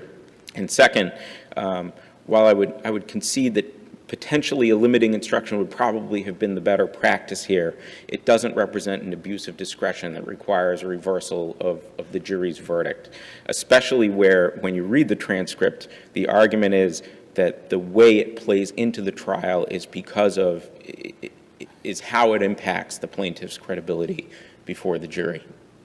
Okay, let's turn to the SIU report. You agree that the findings that are contained in that report, not the conclusions, but the findings of fact, those are admissible, correct? I would suggest that I would argue that the opinions of the investigator are not admissible, that they're inadmissible hearsay. What about the findings of fact, which are the statements made by the defendants and presumably statements made by the plaintiff? Those are admissible. Those are admissible. So why was it not an abuse of discretion for the judge not to let in those parts of the report? Because the judge would have let those parts of the report in if they had been appropriately presented. So for one, in this case, each of the defendants who were witnesses wrote their own individual reports, and I believe those were actually admitted, so those are part of the record. When I look at the transcript, and I'm referencing Volume 4, Appendix Volume 4, it's on page 121, there's a sidebar where there's a discussion with counsel, and the judge says at sidebar, the ones, they're talking about whether the SIU report can be admitted. He says, the ones from the SIU report are by a third party. They contain the statements of some of the individual defendants, which I have indicated to you I would allow you to get those particular statements in. But the statements of the opinion of the investigator are not admissible. They are not admissible under any field. So, respectfully, I disagree with counsel's contention that all he wanted to get in were the statements of the defendants. When you look at the motions and you look at the arguments, he was trying to get the whole thing in. And the judge stated on the record that he would let him get those statements of the defendants in. When I look at the record and I look at the record of cross-examination and look at the record of the trial, I only see one point where counsel attempted to cross-examine one of the witnesses with his interview with the SIU investigator. And I would submit, it's in my brief in more detail, but I would submit that the question itself was improperly phrased. There was an objection which was sustained, and then counsel essentially left it alone. Well, the question is, and this is at page 150, I think it's volume 5. Do you recall being asked by the SIU investigators as to why 6 people were required to conduct this second strip search? Objection. Sustained. Why is that not admissible, again, as a finding of fact? I'm assuming the SIU investigator actually asked that, and there was an answer to that question. Well, when you look at the report, I don't believe that the witness actually did answer that question from the SIU investigator. And the witness at this point had testified at trial that only 2 people were in the room during the search. So the question itself is trying to back in an accusation made by the SIU investigator that's never adopted by the witness. I'm missing it. If an investigator asked him during the investigation, why were 6 people required to conduct this second strip search? Right. Regardless of whether he's previously testified that there were 2 or 3, that seems to me to be a proper question. Were you asked that? The answer could be yes or no. Well, the question says, do you recall? That to me is a yes or no answer. I recall it, yes, or I don't recall it, no. If that is in the report, I'm not sure I understand why that objection was sustained. It's going directly to a question it seemingly asked in the report. Right, so my argument would be where the SIU investigator himself had been an individual that the plaintiff said he was going to call a trial, and he never does end up calling that investigator a trial, that what the question is trying to do is sort of as a backdoor introduce testimony from the SIU investigator when it's a statement that was never adopted by the witness. Where in the case law does it say that the question has, or answer has to be adopted by the witness? My understanding of the case law is that the findings of fact in a public report are admissible, period. Not the opinions, not the conclusions, but the findings of fact. Well, so isn't that a finding of fact if they ask the question and they get an answer? I wouldn't agree that it's a finding of fact. It's a question being asked by the investigator. And when you go back and look at the SIU report, I don't believe that that witness, when he was being interviewed, ever answered the question by the investigator. So I would disagree that a question by the investigator in the report constitutes a finding of fact. All right, so I'll assume you're correct. Why is asking him if he just remembered that question being asked? Why is that not a proper question? Again, the answer is yes or no. If he doesn't recall, presumably the lawyer could show it to him to refresh his recollection, or if the answer is yes, I remember it, well, then we go there. I'm failing to understand why this objection is sustained, which is exactly what counsel is saying, is that I wanted to ask questions about this investigation, about what they were asked, and I was not allowed to. Well, unfortunately, when the objection was sustained, counsel moved on. So even if it was an improperly sustained objection, there isn't any discussion at sidebar or attempt to rephrase or attempt to pursue the point that would shed any light on the trial judge's reasoning there. Are there any other questions and answers that you could glean from the transcript that went to the issue of being asked about the investigation to any of the witnesses? There were none that I could see. Okay. So that was the only example. And I would suggest on that point that even if the court, even if Your Honors were to find that this was an improperly objected to question, because it's one incident and it's moved on from quickly, that if there is an error there, it would be harmless when you look at the rest of the evidence. And I know your time is running out. I'll ask you the same procedural question that I asked opposing counsel. Is it your understanding that the appeal has nothing to do with any of the post-judgment motions that were filed? The appeal, it seems as though, in the brief, it looked to me as though he was challenging the judgment notwithstanding the verdict,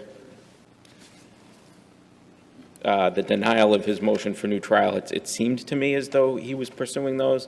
Based on his argument, it doesn't appear that he is at this point. But just as a general matter, I would suggest it's a similar abuse of discretion standard. And when you look at the evidence, I would suggest contradicts, for the most part, what he says about what happened. So I see my time is about to run out. Unless Your Honors, Justices have any further questions, I'll rest on my brief. Thank you. Thank you. Thank you to the parties. The case is submitted. At this point, the court is going to be in a recess.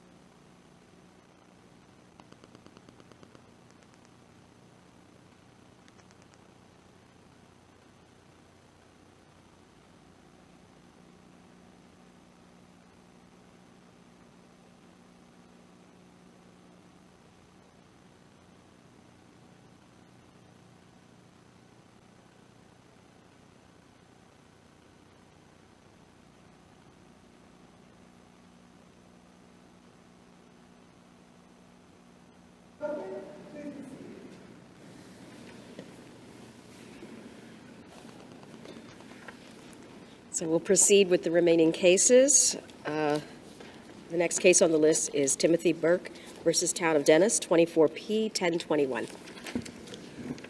Good morning, Your Honor. Assuming it's still the morning, I didn't bring my cell phone into the court today. My name is Tim Burke, and I'm representing a trust that I established for my children.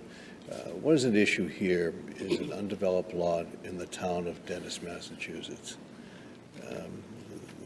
The record is replete with discussion about the neighborhood and that type of thing, but just to make it very brief, because I think most of the facts at issue here are procedural and not as to the land itself. There's an undeveloped lot in a fully developed neighborhood in Dennis. Sure. It is thank you very much. If you can't hear me, just let me know. It is an undeveloped lot in Dennis. It is a fully developed neighborhood.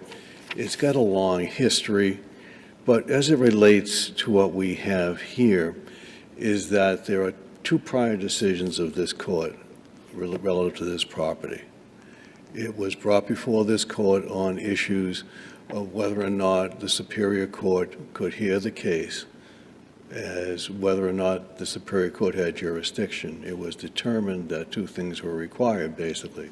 One, to put in for a building permit, which happened here, and the other go to the land court. And that happened here as well. So a building permit was requested, the application was filed. And by the way, the language in this court's prior opinion specifically states the dentist can give an advisory opinion for reasons unbeknownst to me that seems to create great consternation to my opponent. So the issue here is, what do we have? We have a piece of property that is governed, at least it relates to this matter, by a 50-year-old bylaw that has never been discussed at an appeals court. And the language which is at issue, and we're all taught never to look down on the statute, so I'll do the best I can, but I actually want to read the statute and be correct, is that it says that, but shall not affect such rights or duties that have matured, penalties that were incurred, proceedings that were begun, or appointments were made before its effective date. So you'd agree that's sort of a grandfathering provision, right? In essence, it really Okay, is. and so what was it about that property that had matured before that bylaw was adopted? Well, what had matured is that, looking at the history of the case, that all the properties around there were built. And there's a whole record. I don't want to get into property A, property B. If you read the record, they're all built outside what would technically be called, most of them are technically all called, was allowed, let me try it another way. There was a lot of building done outside the term of what otherwise would be acceptable. There's multiple reasons for that. And I'm in the horns of a dilemma here, in that I filed a motion to expand the record here as they had at the prior court. What has happened here is that the evidence as to whether or not a building permit was applied for on this building is an unknown. And the reason being is that this is the third case, there's been discovery in all three cases, and discovery responses have differed regarding. There was no evidence provided in this case about a prior building permit. In other cases, and when I stitched the record together, there was a show that a building permit was approved subsequent in 1992. There was work done. There's never been an explanation as to. But can we go back to, what was it, 1973? Absolutely. Can we go back to? I'm sorry, I digressed. Yeah, sure. Can we go back to October 24th, 1973? That seems to be the date where the party's rights would be fixed, right? Give or Under take. that section of the bylaw. Okay, so on that date, what was it about that property, such as, a building permit, something, there was something in the works that we could hang our hat on and say, well, the rights of the party had matured at this point. What right would that be? Well, they had a right to build on the day of the enactment, the October date. And that has changed, by the way, during the case. As of that date, they could have built on that property. There's no question. What is an unanswerable question at this point is whether, answering your question, I don't want to keep going back to it. We don't know whether or not the gentleman owned 4 lots, put in for 4 building permit applications, or just one, 2, or 3, or 4. There is evidence that there's 3. It makes no sense he wouldn't do 4. So I'm trying not to get into that too much. I'm just trying to stay on the legal issue. But with the idea being... I think that is the legal issue, is to reiterate Justice Hodgins' question. If something had been done on that date of October 1973, either something had actually been built there, a building permit, something, then you would be grandfathered in. The question is, if nothing has been done since that date, it's still just a vacant lot of land, there was no building permit allowed, what's matured? What allows you to say, I'm grandfathered in? Under the prior zoning rules, you could build. Well, but And if the right- that's not a grandfather. That would allow you to ignore any law by saying, well, it used to be this way. In It would not. the 1700s, I could build whatever I want, but It- now I can't. It would not, because the way the statute is drafted, it gives you the rights that have matured, and you had a matured right on that date to build. So it's not as if something went back to colonial time. It refers, and again, the language here, which is part of the argument, is not clear. Wouldn't that make every zoning decision wrong? Then, if you're saying you're grandfathered in because at one point you had zoning rights and therefore you have zoning rights forevermore in that property, that wouldn't allow a town to ever change its zoning laws.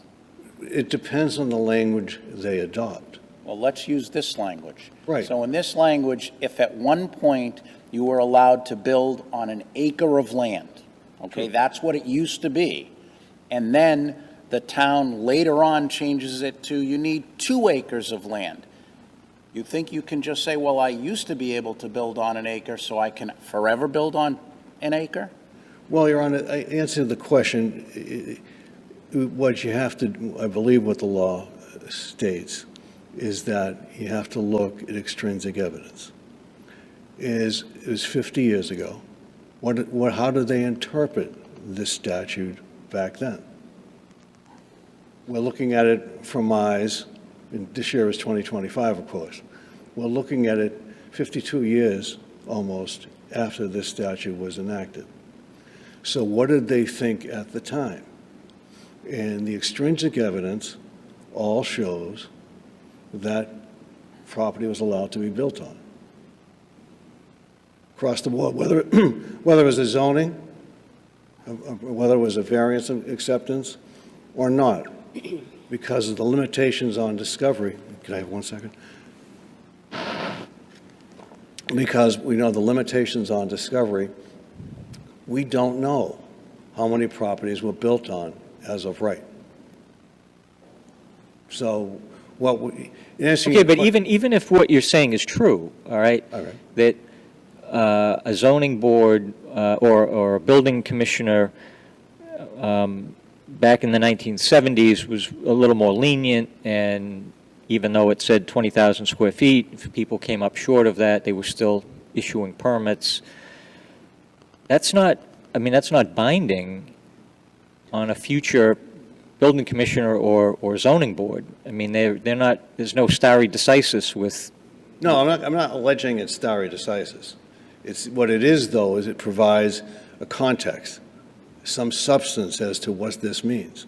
This language, by the way, you do the Google search, you do all the searches in the legal databases, is unique to this it's unique to this town. Well, I think I would suggest the grandfathering provisions are pretty standard. The language itself might be a little bit different, but, and the reason for that is you have to have some kind of grandfathering in there because you can't be taking people's property without compensation. So if there is a zoning bylaw amendment, it makes sense that you're going to have a special provision for people who in this case, they use the language of matured, to protect people who might have something underway, let's say.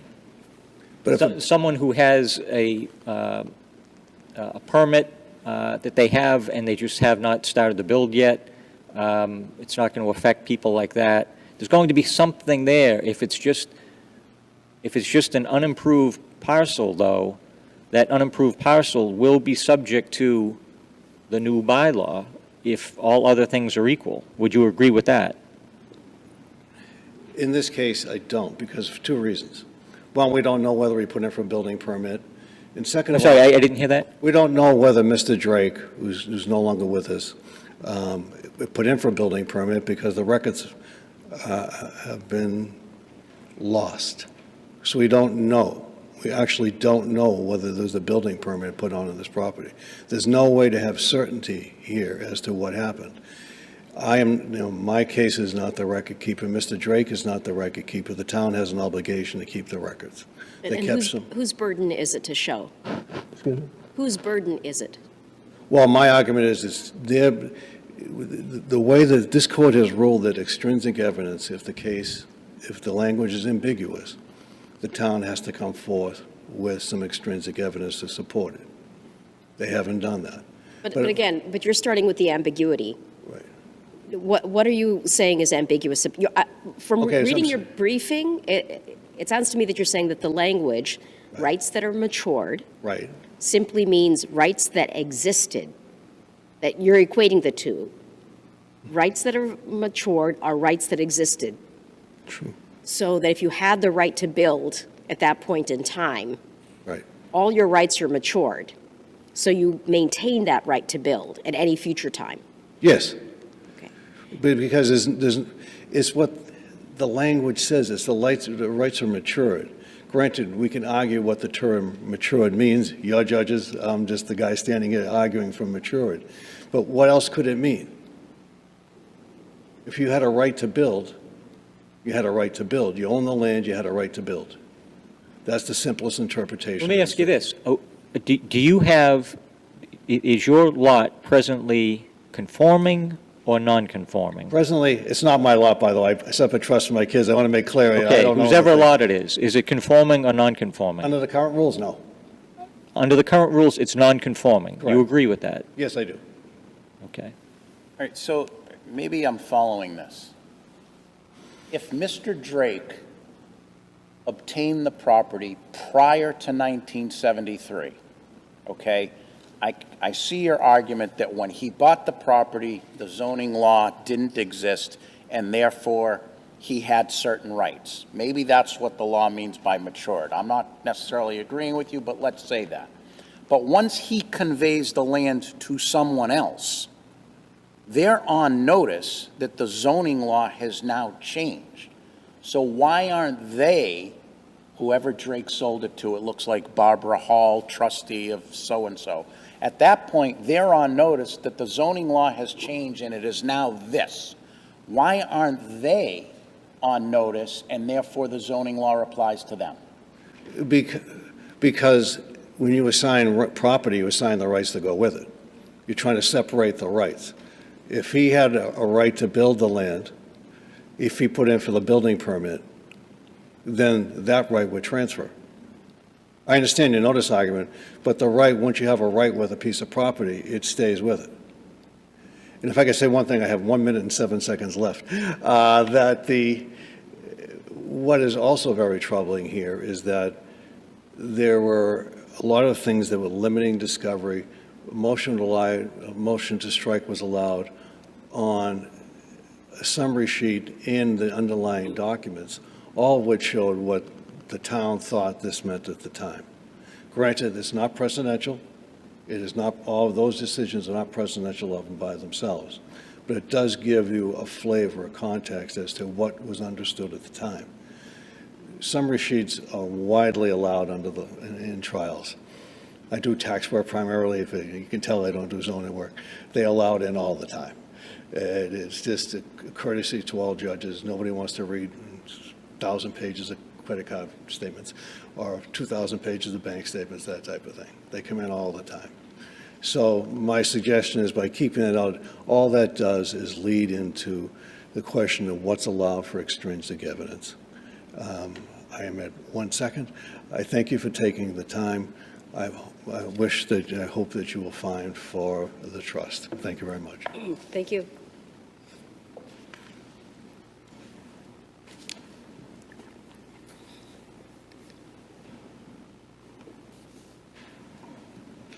Good morning. My name is Robin Stein. I practice at KP Law. We are town council to the town of Dennis, and I'm representing the appellees this morning. This case sets forth a very straightforward question of an interpretation of an unambiguous zoning bylaw. General Law, Chapter 48, Section 6, in the first paragraph, essentially sets forth when you carry pre-existing non-conforming status. And that is when you have a building permit that has issued, a special permit that has issued, or a use that has been made. In this case, we have an undersized lot that was held in common ownership at the time that it became undersized. It merges with abutting land, and it is not buildable. And there are no facts that would bring it within any of the protections that I just referenced. In addition, it falls outside the protections afforded by General Law, Chapter 48, Section 6, Paragraph 4, because of the common ownership factor. And when we read that law in conjunction with Section 1.9 of the zoning bylaw, which references a mature right, there is no reasonable interpretation of that language that could be anything other than a right that has come to fruition, a right that has been used. If you say a mature right is a right, you've read the word mature out of the bylaw, and that is inconsistent with how the law interprets statutes. In this case, we simply have a lot that is not buildable. So let me ask you a question. I'm going to flip it Sure. ever so slightly. If on January 1, 2025, I buy a piece of property, and at the time I buy that property, it's allowed for 2 homes. Sure. Okay? The next day, the zoning law changes, and it says you can only build 1 home on that property. Clearly a change. Under this, am I grandfathered in? No. No, because the only time that you carry legally existing non-conforming status is if you have an issued building permit that you timely use, or if you have a use in existence, if you're exercising it. So in this case, even if a building permit had timely issued for this property in 1973, the evidence is it is vacant, and that building permit now would not afford them any legal protections under General Law, Chapter 48, Section 6. Now, we recognize that zoning bylaws can be more generous, but that's something that has to be explicit, and certainly this simple reference to a right that has matured, it's not any kind of explicit indication that the town meant to forever freeze anything you could have done but didn't do, which is essentially Mr. Burke's argument. In addition, it ignores Section 2.3.1 of that same zoning bylaw that spells out the dimensions that you need to meet at the same time that Section 1.9 is there in order to obtain a building permit, and the initial change was to 20,000 square feet, now 40,000 square feet. This lot, under the law, is simply not buildable. Section 1.9 is not ambiguous. It is susceptible to clear interpretation. In making our arguments before the land court, we in fact used the dictionary definitions offered by Mr. Burke. We didn't even offer different definitions. That we're talking about a mature, first of all, even if a dimensional requirement is a right, which I question as opposed to a use, whether or not the reference to rights that have matured can even apply to a dimensional change, I question, but even if it could, they didn't have a mature right. They had a vacant piece of land. And when you look at the law that actually applies to this case, when you do practice zoning law, you'll see, for example, that the other 3 lots that Mr. Burke owned that did receive building permits received those in September of 1973, meaning they had issued building permits prior to the adoption of the zoning change. They have a legally different status. They weren't allowed to be built inappropriately. They were protected because they had issued building permits. Those are different lots with different law. All right, let me ask you this, because it is something that the plaintiff said that I am sympathetic to. You know, with these local boards, they change all the time and so forth. Building commissioners come and go. There does seem to be some potential for unfairness here if, let's say, the plaintiff realizes, okay, I fought this fight for a long time, I'm at a dead end, I'm just going to sell this for what I can, sells it, and then someone else comes along Now it's a local person who has the favor of some people on the local board, and voila, suddenly the building permit issues. What do you say to that? Well, I mean, I don't foresee that possibility of that here. First of all, there's a couple things to keep in mind. We did, through discovery, investigate the board's records, and they had never interpreted this section before. So any notion that the zoning board has acted inconsistently or differently is simply not true. The fact that a prior building commissioner, without the zoning board being involved, may or may not interpret a zoning bylaw a certain way is not imputed to the board. But the board today has said, this is how we read this section. I don't foresee how they could simply say we read it differently. And it's important to keep in mind that there is an avenue for obtaining zoning relief when you have an undersized lot that in 3 lawsuits the plaintiff has never attempted to avail himself from, and that is to apply for a dimensional variance. And again, I don't think this section is remotely ambiguous, but the evidence that the plaintiff is relying on tells you it is not ambiguous. The board heard and issued over 100 variances, dimensional variances, in the 1970s after this change came in, from over 100 people who came in and said, the law changed, now I'm undersized, and now I need a dimensional variance. Many of those they granted, some of those they did not. There is no evidence of bias, there's no evidence of favor, and there's no claim of that in this case. I am sympathetic to your question, but it is not a fault of the town or the board that there's a legal avenue available, and I don't know if Mr. Burke would apply for a variance if he would get one or not, but he's never tried, and he doesn't Okay. respect the difference in this case. So between- even though it's, so when we say it's not a buildable lot, that's not necessarily cast in concrete.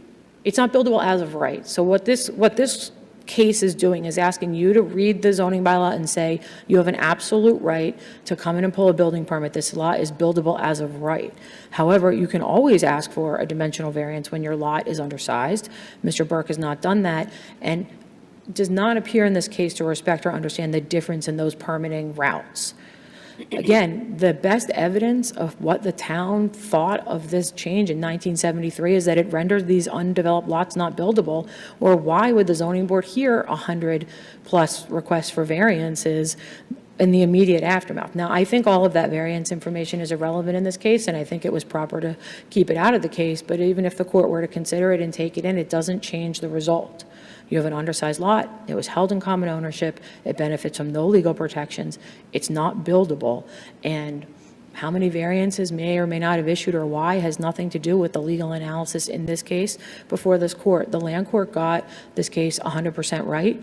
It was made needlessly complicated based on the legal. But it might play a factor in the future should he apply for a variance in the future, and if 99 other properties in the area received the variance under the same circumstances, then that would be relevant. Well, I don't actually agree that it'd be relevant for 2 reasons. First of all, there were denials, there were grants. The other issue is that the law on variances changed in 1977, 1978. The Zoning Act was recodified, and this change came in 1973, and many of those variances were granted under the prior standard, which I haven't delved too deep into, but I did take a look in the course of this case, and I believe that it had not the same hardship requirements that we currently have. So putting aside the fact that every application for variance needs to be evaluated on its own merits, and the boards have to find, the requirements, and that's not what's before us. The avenue exists. I can't say what will happen if he applies for one, but I don't think at all that what happened in the 1970s ultimately requires a grant or a denial now. I don't think it has any bearing. The point that I'm making is what's at issue in this case is this property buildable as of right? And under the law, under the bylaw, under 40A, under the town's bylaw, this property is not buildable as of right. It does not factually benefit from any of the circumstances that would give it any kind of legally existing status. It was a property that Mr. Burke, in his capacity as trustee, acquired at a time that it was not buildable. Due diligence would have told you that. That is a known decision that you make when you acquire property, to look into those things. It shouldn't sway how any court or the town treats the property. The bottom line is it doesn't have a mature right. It's an undeveloped property. Nothing's been completed or brought to fruition, and that's simply the status of this lot. I'm not, in my mind, it's a simple legal issue. This is how zoning is regularly applied, and much of why we're here, why this case is before you for a third time, has to do with in my opinion, the plaintiff not fully understanding or grasping these different components, continuing to rely on variances for proof that your property is buildable, I think is a mistake in the law. And I think, again, the land court properly limited discovery, properly limited the record. Again, what's before you is a zoning board's decision. It's not what happened with a building inspector many, many years ago. And the board in this case did exactly what the board is supposed to do. The board got the answer right. The land court got the answer right.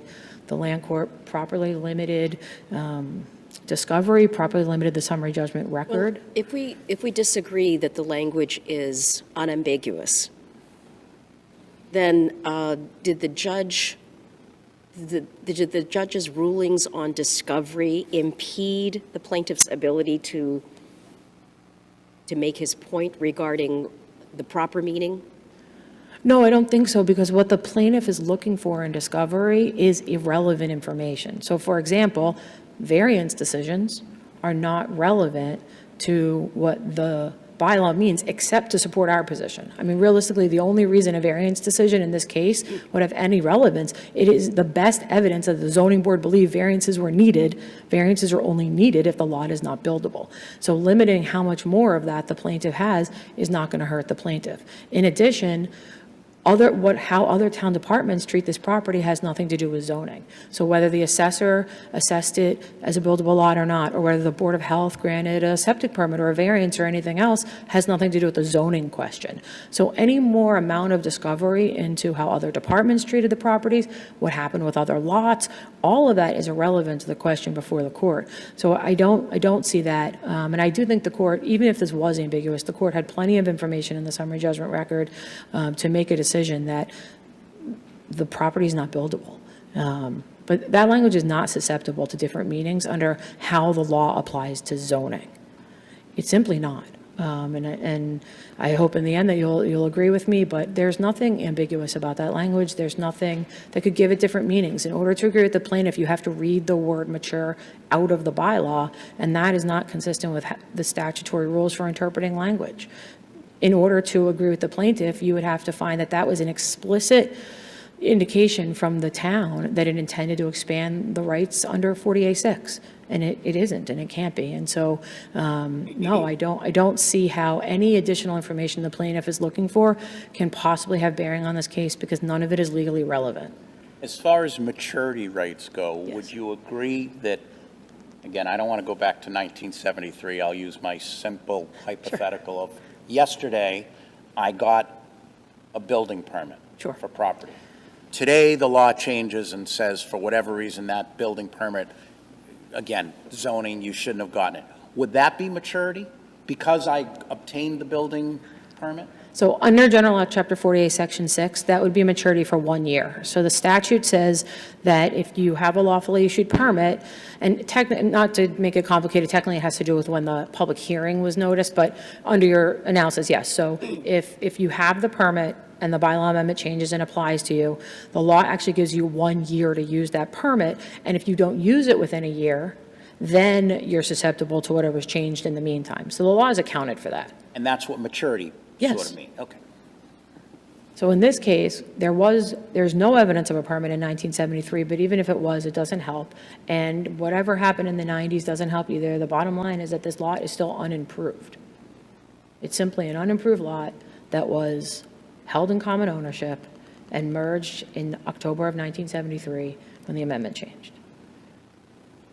And other than that, I will rest my papers. I don't want to take up more of your time to repeat myself. Thank you. Thank you. Thank you to the parties. The case is submitted.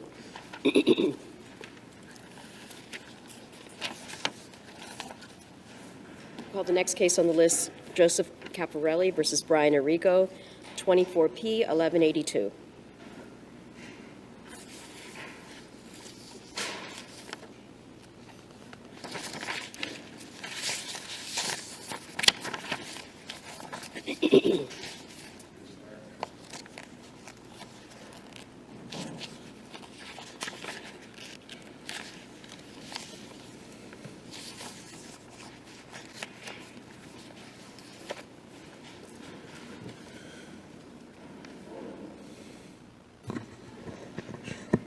May I begin? Good morning or afternoon, Your Honors. My name is Harold Lichten. I represent the plaintiff, Chief Caffarelli, in this case. The settlement that was made in this case was non-controversial. It was eminently fair and proper because my client, Joseph Caffarelli, had been a model police officer and police chief for 25 years, had an explicit contract allowing him to return to his lieutenant position should he no longer be permitted to remain as chief. And such reinstatement provisions are the standard for municipal police departments. I used to represent many municipal police and fire unions, and no one would take the job as a chief getting out of civil service if they didn't know they had a right to come back if a new mayor came in and appointed someone else. So that was the provision in his contract that he could go back. When Chief Caffarelli settled his lawsuit against the city of Revere and its mayor in 2022, the agreement was very carefully negotiated and in an abundance of caution for the unlikely contingency that the retroactive granting of 2 years of service credit, which we strongly believe he Counsel, can I get to what I think is the language that's at issue in the agreement? How do we square with your position where the agreement specifically says that their parties have not made any guarantees or assertions to the release or as to the approval sought from the City of Revere Retirement Board? Yes, and the settlement also says that the settlement agreement is not effective until both the retirement credit is granted and the court approves the settlement agreement. So that effectiveness shows, and this was the argument before the court, that the settlement never became effective, and that's one of the grounds under Rule 60b-6 for granting a reopening. It's true that it wasn't guaranteed, although it was a very standard practice, but there was a contingency specifically written into the agreement for that very problem, or the very potential problem, which I didn't think was a problem at the time, that if it was not granted, the settlement was not effective. And the settlement never became effective by its own terms because, for whatever reason, that part of the agreement was never effectuated. That gets me to what I believe. Now, one thing I want to point out, that this whole issue of whether this should have been approved by PERAC or not, as we pointed out in our papers, this was a standard practice, and we pointed out to you cases where such relief had been granted in other cases. I wanted to quote from your decision in Town of Hull Retirement Board versus Contributory Retirement Appeals Board, which said, and I'm quoting, "The board further argues that there is no explicit authority permitting it to change a member's effective retirement date.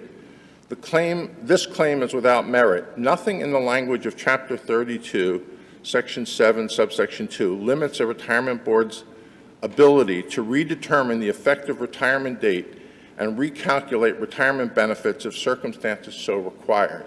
So all that happened here was that we had a very strong and meritorious argument that Chief Caffarelli had a contract to go back to work as a lieutenant if his chief's appointment was not renewed. That was a claim before the court. Yes, but doesn't the retirement board have to be a party to the litigation? I mean, it seemed, I mean, if I'm putting myself in the position of the retirement board, and all of a sudden, like a bolt out of the blue, someone says, hey, you've got to award a few more years to somebody, and they haven't been paying into the system and so forth, I mean, that would strike me as, well, says who? Well, two things. First, the retirement board is actually controlled by the mayor, who was the party to the case and settled the case. Retirement boards are, the majority of appointments are by the government itself. The retirement board actually cooperated with us. What happened was, it's in the record, is that they calculated what would have to be paid in. We weren't trying to get something for free. He was going to pay in the money he would have paid in had he not been, in our opinion, unlawfully terminated, and that was $22,000, and he paid that money. He actually wrote out a check, sent it to the board accepted it. It was this issue that PERAC somehow argued that, no, in order to do this, he would have to pay back the 2 years of retirement or 3 years of retirement money that he had already received, which would be hundreds of thousands of dollars, and that's where it broke down. So I'm not sure it was really the retirement board that was surprised and was upset about this. In any event, I'm not really arguing that, because I think the issue here is this was accounted for. This isn't a case like some Rule 60b-6 cases where there was a mutual mistake and there was no contingency for this. What I'm relying on in this case is that we specifically negotiated this issue, and there was a provision that said that this whole agreement does not become effective until the retirement credit is granted and the court approves it. And we also took the precaution of having the Superior Court judge look at the settlement agreement and approving that part to grant him credit. Now, the thing broke down, didn't anticipate that, but I say that under Rule 60b-6, this is the exact situation that calls for all we're asking for now is reopening of the judgment. We're not asking for anything else. But what about the stipulation of dismissal? It sounded pretty final, where the parties stipulated that all claims asserted are dismissed with prejudice, all parties waiving rights of appeal and rights pursuant to Rule 60. Yes, and that's exactly why Rule 60b-6 is there. In all the Rule 60b-6 cases, what you have is a final either a judgment or a settlement with dismissal with prejudice. That's what all the cases are. And the question is, are there grounds for reopening that? And we pointed out to you the McKendy case, which is the leading case of the Supreme Judicial Court. We've pointed out to you other cases. The First Circuit case of Boss, which talks about the fact that Rule 60b-6 is made just for this situation.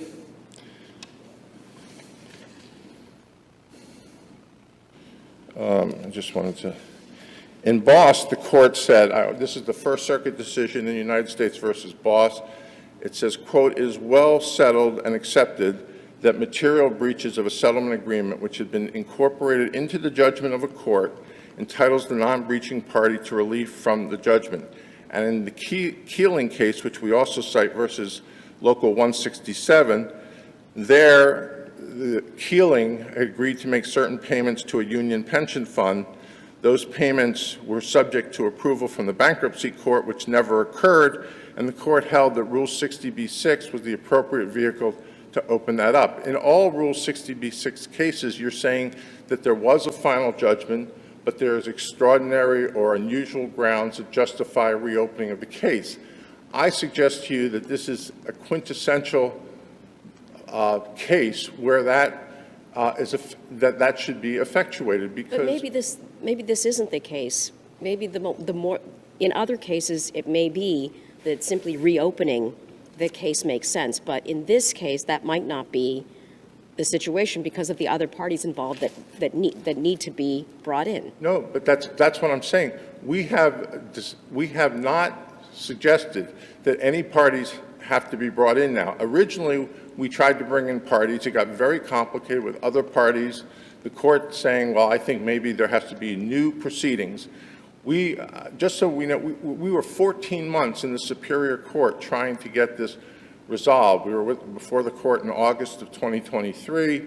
Then November of 2023, the court said it was going to push it over to another judge. Then we were before the court in April of 2024, and there was not a decision. And the decision by the Superior Court judge just focused on the retirement boards. We're not asking for anything regarding the retirement boards or PERAC. We're saying, look, the idea was that there was going to be the settlement agreement. There was going to be 2 years of creditable service, which is a very fair part of the settlement. It did increase my client's pension, and that was a material aspect of the case. We paid the money that would be required to get that pension credit. That was not effectuated. I'm not blaming for why it was. Therefore, the case should simply be reopened. I'm not asking for any of the retirement boards to be brought in. We just want to go back if we have to pay the money back that we got. And we already had a judgment for about $90,000 because we did win on some of the wage claims, and there was triple damages under the wage claims. So that's all we're really asking for, is to go back and have a trial on the case of what I believe is an extremely meritorious case, and under Rule 60b-6, one of the things you look at is there a meritorious case? And that's why I start out by trying to explain that this was he should have gone back to be a police lieutenant. For whatever reason, they did not allow him to do that, and getting an enhanced retirement benefit, which is standard. When you look at various statutes involving wrongful termination, a very common aspect of all such cases is the getting retirement credit, because that's something you can't get back without a court order, and it's something that's very valuable to someone. And his argument was, I would have worked 2 more years, that was my plan, and I would have retired.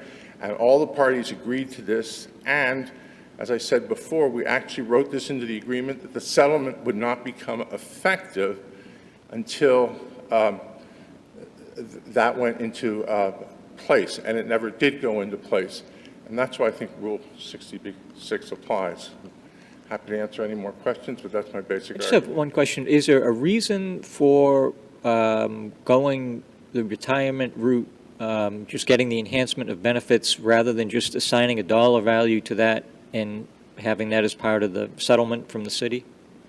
Is it?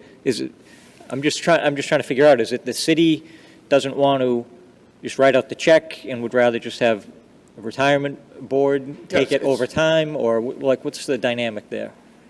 Well, that's an interesting question. At the time, it seemed like it was a win-win for both parties, because instead of paying what we thought was owed to him of hundreds of thousands of dollars, they paid a lot less than that, but then could string this amount out over an amortized amount of time.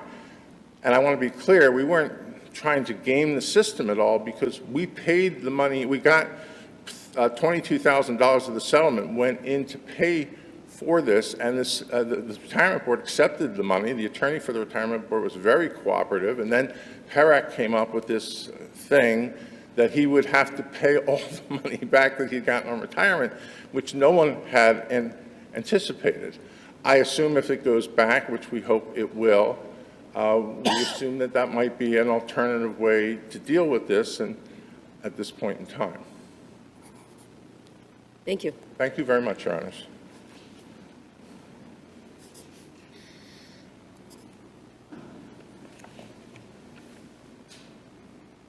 Good afternoon, Your Honors, and may it please the Court. My name is Matthew Hamill, and I'm here on behalf of the City of Revere and Brian Arrigo, and I am respectfully asking this Court to affirm the judgment below in all respects.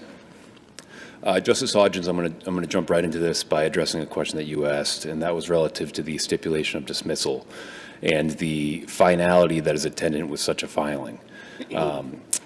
Plaintiff argues that the settlement never became effective. I think that is an overly narrow reading of the settlement agreement. So plaintiff focus, I would suggest, on paragraph 2 and the effective date provision of that settlement agreement. If you just look one paragraph up in paragraph 1, paragraph 1 states that upon the effective date of the settlement agreement, I believe the language is the plaintiff shall file a stipulative dismissal with prejudice and waiving rights of appeal in 60B on the Superior Court action. The plaintiff, or the parties, did that in a joint filing prior to that second portion of the effective date becoming effective.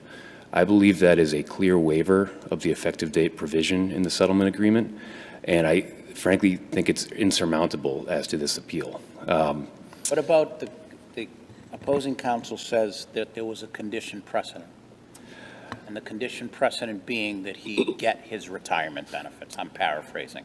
Is that in the agreement? I don't, Your Honor, I don't know if the condition precedent language is in the agreement, but I will point to the language that you pointed out, Your Honor, earlier, that the parties expressly contemplated for this non-occurrence. The language, again, this is in paragraph 2 of the settlement agreement, was that the releaser expressly acknowledged that the city made no guarantees or affirmations as to the approval sought by the retirement board, which is a third party. Is the agreement actually anywhere in the record? The actual settlement agreement? It is, Your Honor. The actual settlement agreement is Joint Appendix 2 at page 75. Thank you. Yes. So, Your Honor, to just continue on that point, again, I believe the stipulated dismissal with prejudice is highly decisive in this case and dispositive. To touch on a few other issues raised by my brother, and maybe to frame this by discussing some areas where we agree. The settlement really reached below was fair. The parties agree on that. The plaintiff does not argue below and does not assert on appeal that the city has in any way breached the settlement agreement. And I think, and I think my brother's argument confirms this, the relief that's sought is far beyond the scope of that which was sought in the underlying action and is really focused on a dispute with PERAC. The city bought its piece, paid a settlement. That settlement was executed and the plaintiff filed a stipulation of dismissal, and I believe that is highly relevant in this case. As to plaintiff's argument under Rule 60b-6, Your Honor, it is true that one of the aspects that a court may analyze in reviewing a motion under Rule 60b-6 is the relative merits of the case. A court can also analyze whether the substantial rights of any party will be affected by granting the motion. And here, again, based on the apparent focus on the decision of the Retirement Board and PERAC, I do believe that reopening this litigation that the city settled, that the city paid a substantial sum of money to settle, would adversely affect the substantial rights of the city of Revere, and I believe the motion should be affirmed on that ground. But Go ahead. your brother's last point was that this was something that neither of the parties had contemplated. And so isn't that the classic case in which a case should be reopened? I don't believe so, Your Honor, and I think that's memorialized in the settlement agreement because the parties did expressly agree that this could happen. They expressly agreed that there was a chance that or at least the city did not make any affirmations as to the affirmance sought by the Retirement Board. So under Rule 60b-6, and I know my brother raises impossibility and frustration of purpose, in order for those doctrines to apply, there needs to be a basic assumption on which the contract was based. And I think the fact that the party specifically memorialized the fact that the city made no representations or affirmations as to the actions of the board in the settlement agreement, I think shows that the parties agree that this was not a basic assumption and not something that the parties fully expected to happen. What about if terms in a contract seem to be inconsistent with one another? In looking at the agreement, and I guess this is where opposing counsel gets it, it says the effective date of the agreement is A, the court enters an order, and B, the City of Revere Retirement Board approves the agreement and confirms that upon receipt, Caffarelli will be credited. So that wasn't done, correct? That's correct, Your Honor. So how do we say that the agreement is effective when the contingency B wasn't entered into? Certainly, Your Honor. It certainly goes against what I pointed out and what you go, which it says that you're not making any assertions as to what the City of Revere Retirement Board will do. Certainly, Your Honor. It was inconsistent. Your Honor, your point is well taken. I would suggest again that the plaintiff's action in dismissing his case before that effective date came into place constitutes, I think, a waiver of that settlement term. And I would also suggest, Your Honor, that in the settlement agreement is an invalidation clause that's in paragraph 5, which states that should any provision of this settlement agreement be deemed invalid, the remainder of the settlement is enforceable as against the parties. Well, that might be true if a certain provision is not met, but it seems to me if the agreement is not effective, if we say that that paragraph applies, that makes the whole agreement sort of null and void, doesn't it? Your Honor, I don't believe so, and again, I would go back to our waiver argument, which I think is probably our strongest argument on this point. And a waiver can be discerned by the court by unequivocal, clear, decisive conduct that evidences a party's intent to relinquish a right that they've had. And I can think of nothing clearer and more unequivocal than dismissing your case prior to that term being satisfied. So if he hadn't signed the stipulation of dismissal and had the court enter it, you would agree that these inconsistent terms, a provision wasn't met, and the case would have gone on? Your Honor, I would agree to the extent that I would even submit that if it was a stipulation of dismissal without prejudice, we would be in a different procedural posture, but that's not where we are. This is a stipulation of dismissal with prejudice, waiving appeal rights and waiving 60B rights. And the plaintiff now wants to reopen his litigation against the city when there's no dispute the city can't offer the relief that he, at the end of the day, really seeks. You know, I'm just trying to think of if this were a former employee and I were the city, and neither side's admitting any wrongdoing, but we've reached this arrangement where the city's going to be paying some money,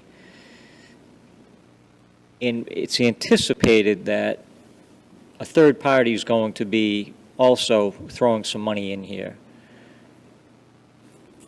Just out of fairness, it seems to me, if I were the city and I'd want to treat this employee fairly,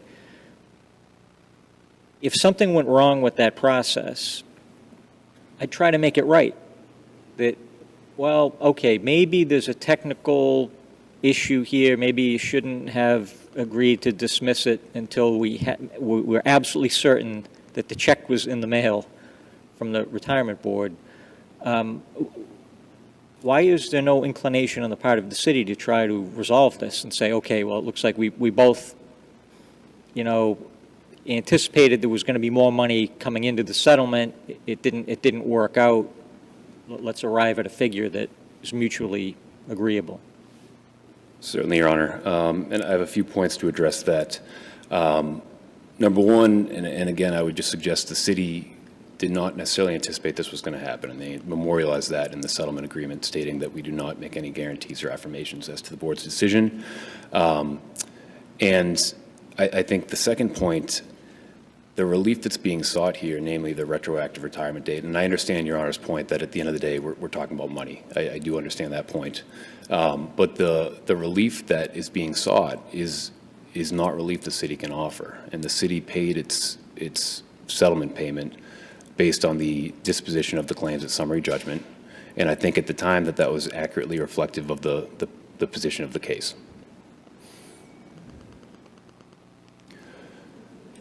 Unless the court has any further questions for me, I will respectfully rest my brief and request this court affirm. Thank you for your time. Thank you to the parties. The case is submitted.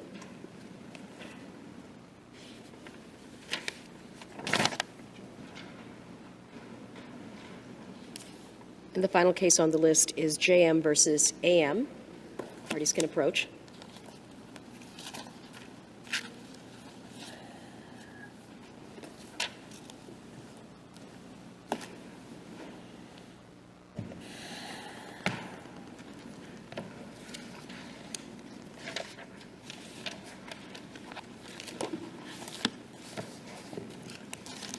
Good afternoon. Matthew Barak for, may it please the court. The lower court here erred in three ways. First, by not entering a guilty finding of contempt against the former husband for his failure to pay the former wife for equal share of her proceeds from custom link options in the amount of $147,700 plus applicable interest. Second, the lower court erred by declining to take action on the wife's second complaint for contempt related to health insurance coverage by finding without explanation that the issue had been previously determined when it had not been determined under the amended judgment and the first judgment had not been docketed. Finally, the lower court erred when the husband was indeed found in contempt related to the stock shares in awarding $5,000 of a $56,000 award for legal fees. I'll start with the issue of the husband's failure to equally divide the custom ink options, because I believe that is the story that leads to where we are today. The judgment is clear here. The father's $250,000 custom ink options and all net proceeds of those options were to be divided equally between these parties. The lower court, the trial judge, when she made the judgment of divorce, was aware of the fact that it was unclear as to A, the value of these options, and B, critically, whether the father had exercised these options during the divorce trial.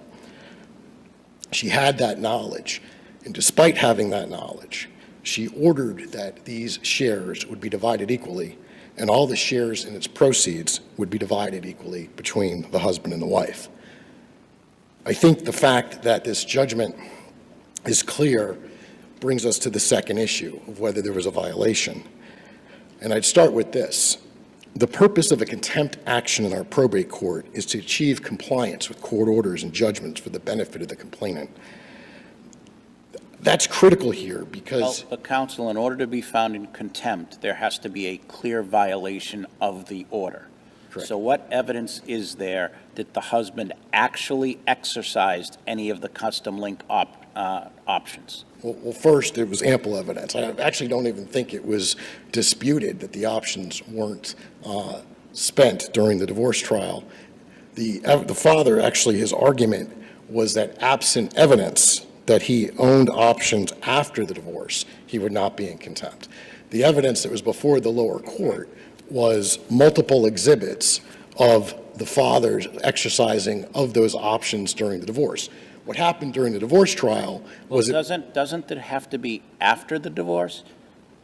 No. The judgment entered, and after the judgment enters, there has to be a clear violation of the order. So it's post-judgment. I agree that it's post-judgment. However, in the probate court, we have Rule 411. We have the rule that the party's assets are frozen in time until such time as until the judgment is rendered. You can only spend money for legal fees. You can only spend money for reasonable living expenses. What is interesting about this matter is the lower court judge was aware of the options, but the evidence had been provided to her during the trial that they existed. She knew that they were vested, and so she ordered them.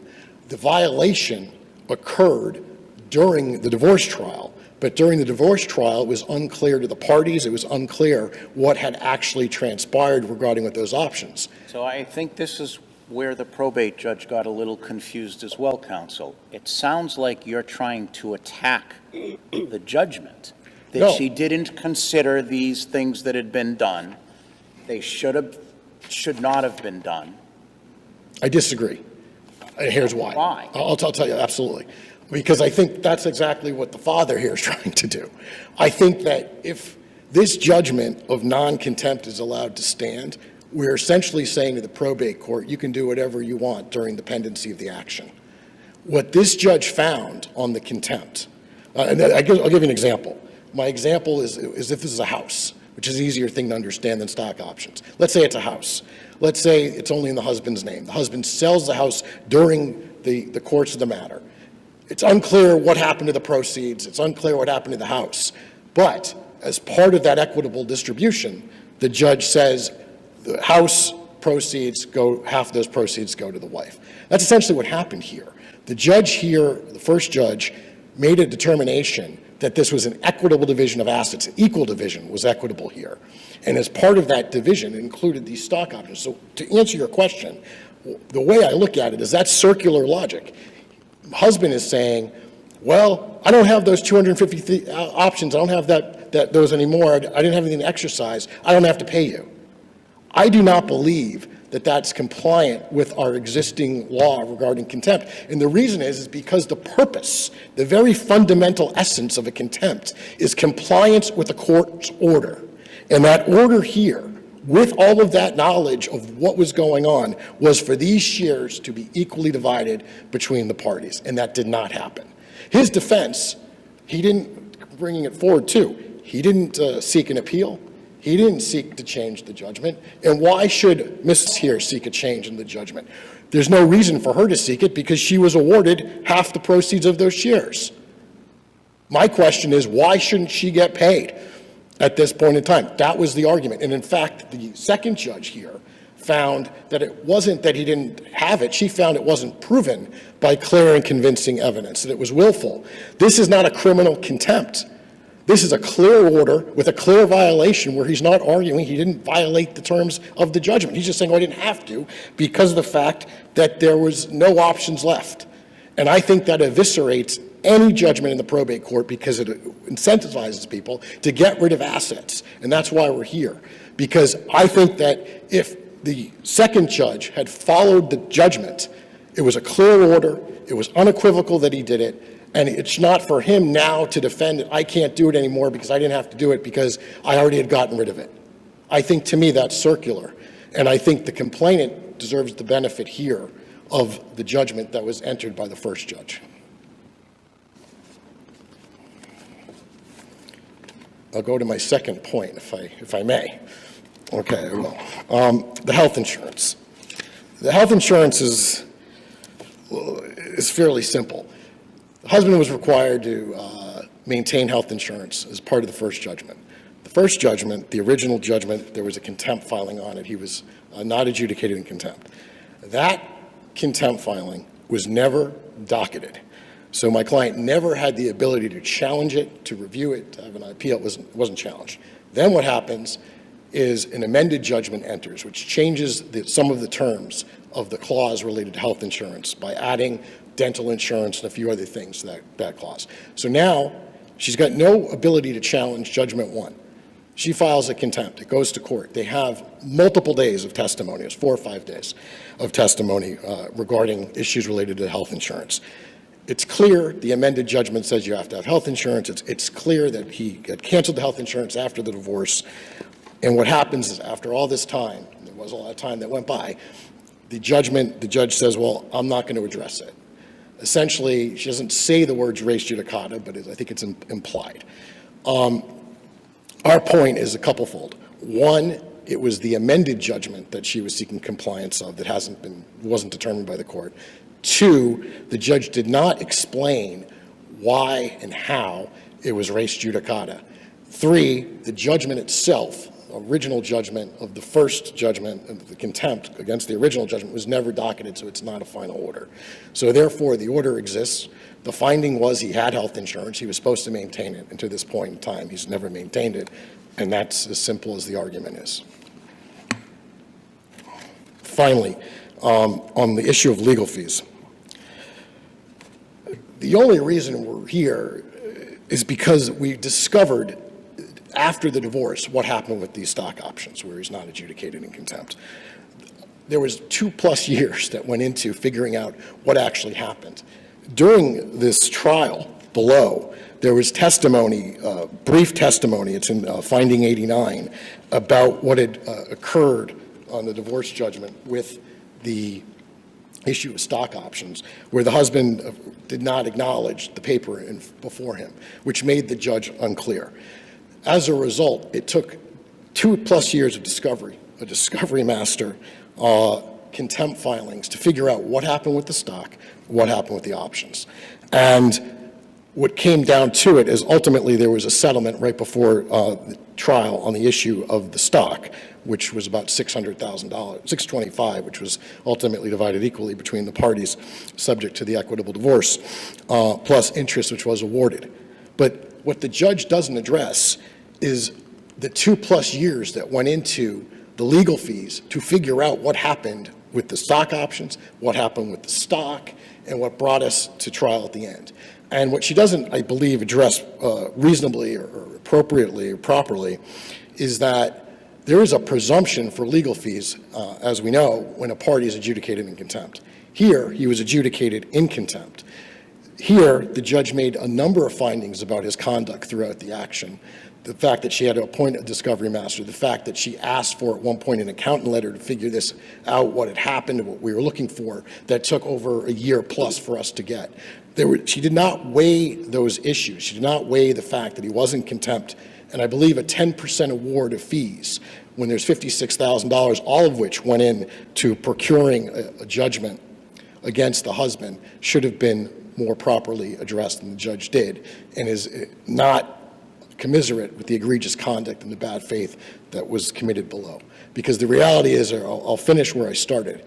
If Mr. Muck had paid my client the stock shares in the beginning, which he ultimately had to pay and was adjudicating contempt years later, if he had paid and shared the options which the judge required him to pay, I don't believe we'd be here today. And I think that's been the tenor of what brings us to this court. Counsel, there was a finding made that says there was no, and this is about the option, there was no evidence presented during the divorce trial to enable the trial judge to determine whether husband had exercised any custom link options to date. What do we do with that finding? I think it's an erroneous finding. I think when you go back, or when the clerks go back, and if you look at Exhibit G, H, and I, you'll see that that wasn't true.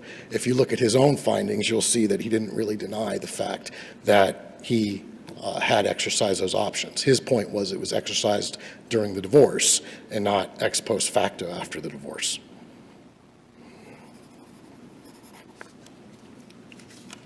If there's nothing further, I'll stand on my submissions.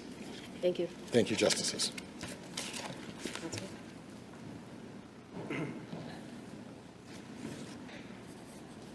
May it please the court, good afternoon, representing myself. The fundamental issue in this appeal is that I'm accused of violating orders that did not exist when the alleged violations occurred. These are chronological impossibilities of law. The lower court understood the facts and the timeline. She properly rejected each contempt, clearly finding me not guilty. She wrote in her memorandum of decision, wife is seeking funds with interest from transactions dated January 13, 2017, so over 8 years ago, which is almost a year prior to the conclusion of trial, approximately 18 months prior to the date of the original divorce judgment, and almost 2 years prior to the date of the amended judgment of divorce. Wife did not prove by clear and convincing evidence that husband willfully and knowingly disobeyed the October 19, 2018 amended judgment of divorce. He is therefore not in contempt.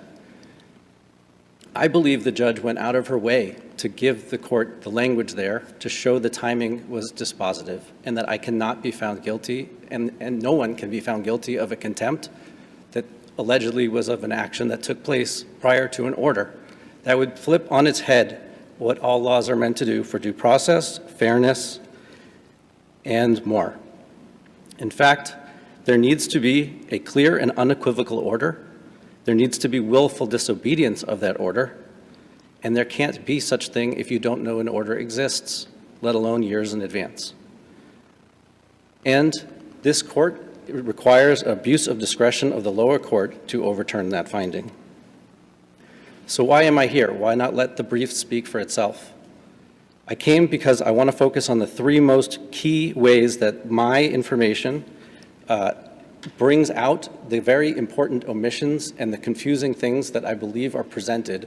Because if, like you had read what they read and thought, man, this guy sounds like a jerk, which is how I felt when I read the brief. I thought, who are they talking about? They're definitely missing a lot of information.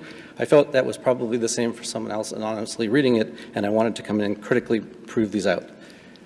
The first of which is they never appealed the judgment of divorce. They never filed any 60Bs. They have purely attacked me through contempts, saying that I was not in adherence to a judgment that they never questioned. They never appealed the judgment of divorce, and they never attacked it as a 60B. Now, I'm not a lawyer, but I've now gone through the laws very thoroughly, and I am certain that that was the appropriate thing that they should have been doing under these cases, because I've read the Carpenter case. They did not mention the Carpenter case. The Carpenter case is the only thing that I found that is entirely clearly like this fact case. This idea of a house that's discovered after the trial and whatnot. If you read the Carpenter case, which they do not mention and they didn't even address because I put that centrally in my brief, that case law speaks to why this court has contempts that can't be found after the fact. Because when something is decided in the court, and it was rigorously litigated, which I'm going to take you through how rigorously litigated our case was. It was a $800,000 legal bill that my ex-wife had run up before this council's new. the prior counsel who heard all of the case for 4 years, all the way through to 2020, so 2 years after 2018, after that judgment, had an $800,000 bill owed to her, to that firm. It was Kasner and Edwards. And simply, we will go through what the findings were, but when you go through all the findings, they're actually relatively clear. This was a rigorously litigated case. Carpenter applies.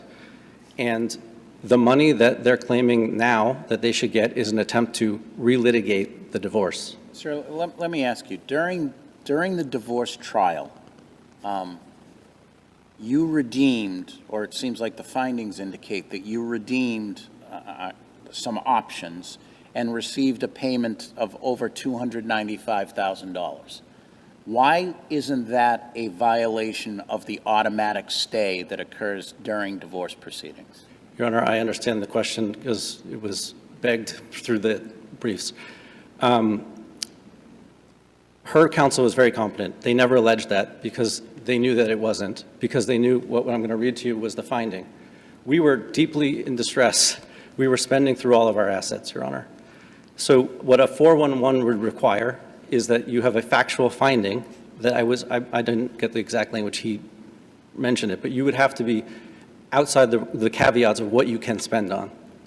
And as you read in finding of the divorce, page 96 of the divorce judgment, the judge found, Judge Ulwick, in the divorce, following the separation, so during the divorce, which was a 4-year divorce, the parties paid their living expenses and attorney's fees from their liquid assets, such that the only assets of significant value remaining are proceeds from the marital home and the original founder shares of Custom Inc.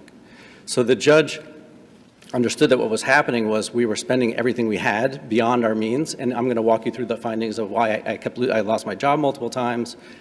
And it's not $290,000, Your Honor. If you take the $290, and I think you said last week you're a man of math, but not, I didn't catch, same as me. It's $67,000 net that she would have had if they're correct in everything they're saying. $67,000, because you take $290 divided in half, you tax that as income, which is, say, 35%. In Massachusetts, it's probably 40, 45%. Let's use 35.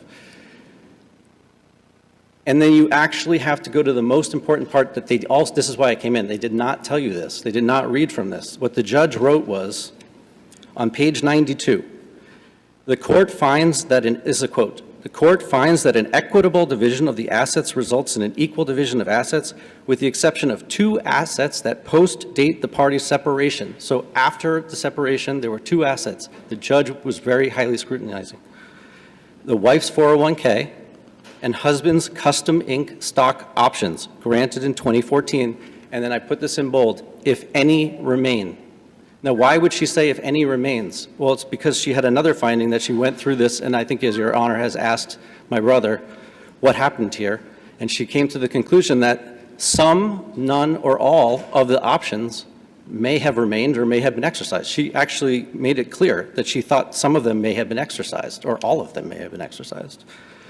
That's why she said if any remain. She said they vested. If they vest and some might not remain, then they had to have been exercised. And she goes on to say, these 2 assets will be treated such that the spouse in whose name the asset stands will receive 65%.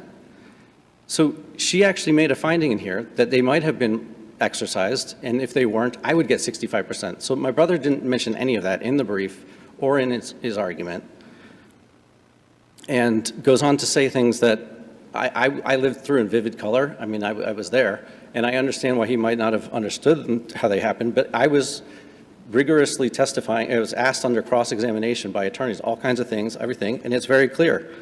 They didn't have the evidence that was necessary for the judge to figure out exactly what happened. So she said, finding 89, there was no credible evidence at trial as to the value or to what extent husband has exercised some or all of the options as of the conclusion of trial. So the judge went out of her way to say he may have exercised some of these options. She just didn't know how much. And if you give them the full benefit of all that math, 290, I think it was, 65% to the husband, net of taxes at $67,000. And now, Your Honor, I think I'm finally going to answer your question. Where did it go, or what happened? It did not violate the 411, because if you go through my employment history and finding 66, 67, 68, 69, 70, 71, in my financials, you'll find that I lost my job in 2015, 2016, something like that. My $250,000 base dropped to 180. I was spending through our means. My wife was not making mortgage payments. She was held in contempt, and that's also a finding. So we were bleeding all the assets, and the $67,000, whatever the extra income was that I was getting from these options, was just being spent in the normal course, which is completely allowed under 411.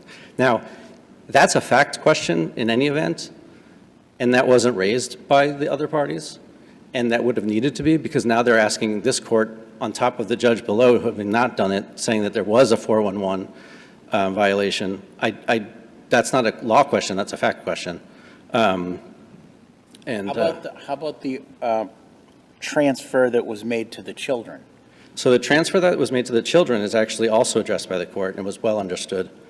The court, and I was testifying on this, I was asked under oath, and it said, and what the court found was in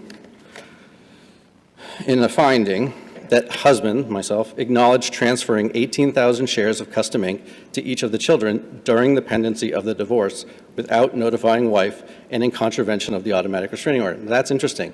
In that case, the judge points out that it was in contravention of the automatic restraining order, not the other exercise of shares, though.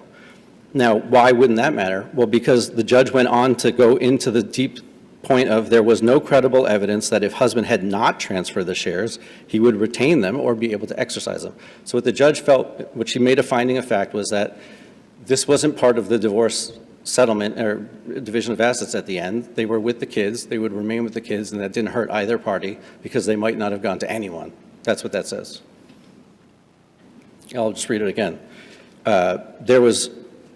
There was no credible evidence that if husband had not transferred the shares to the children, he would retain the shares or be able to exercise them at a later point. And there's case law on that as well that says that you can't pull back something into a marital estate that wasn't necessarily part of the marital estate.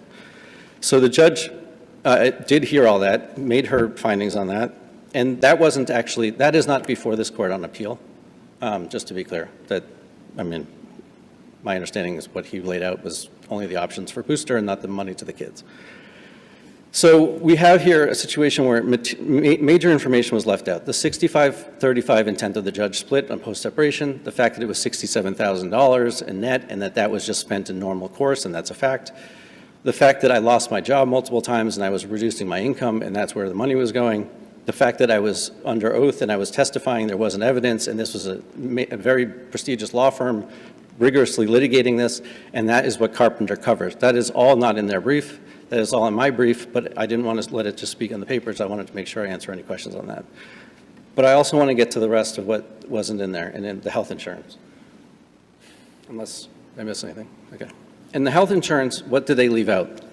Some major things, and I had to file a supplemental appendix because they left out this material. They didn't mention, again, that I am trying, the intent of their contempt is to say I was in violation by doing something prior to the order.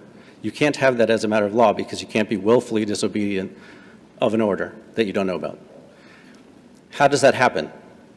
Well, I lost my job, again, twice, between the final judgment of divorce, which came out in July of 2018.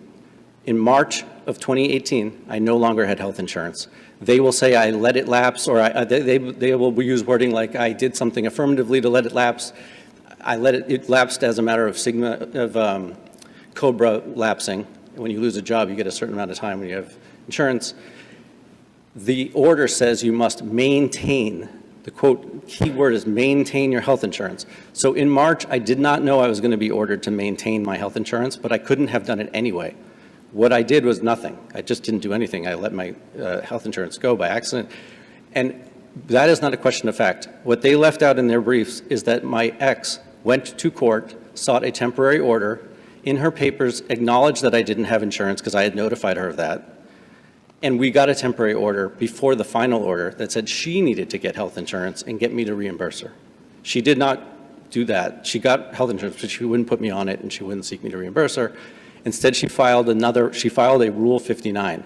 Now, I made it clear she never appealed the judgment of divorce, and she never filed a 60B, but she did file a Rule 59. The Rule 59 they left out. They left it out because what she did was she said, this was a problem. Asking him to maintain his health insurance is unenforceable when he doesn't have health insurance. I need him to obtain health insurance.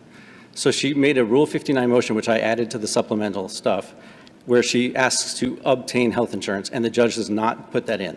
So the judgment of divorce is the exact same as the amended judgment of divorce, and she just filed another contempt instead of that.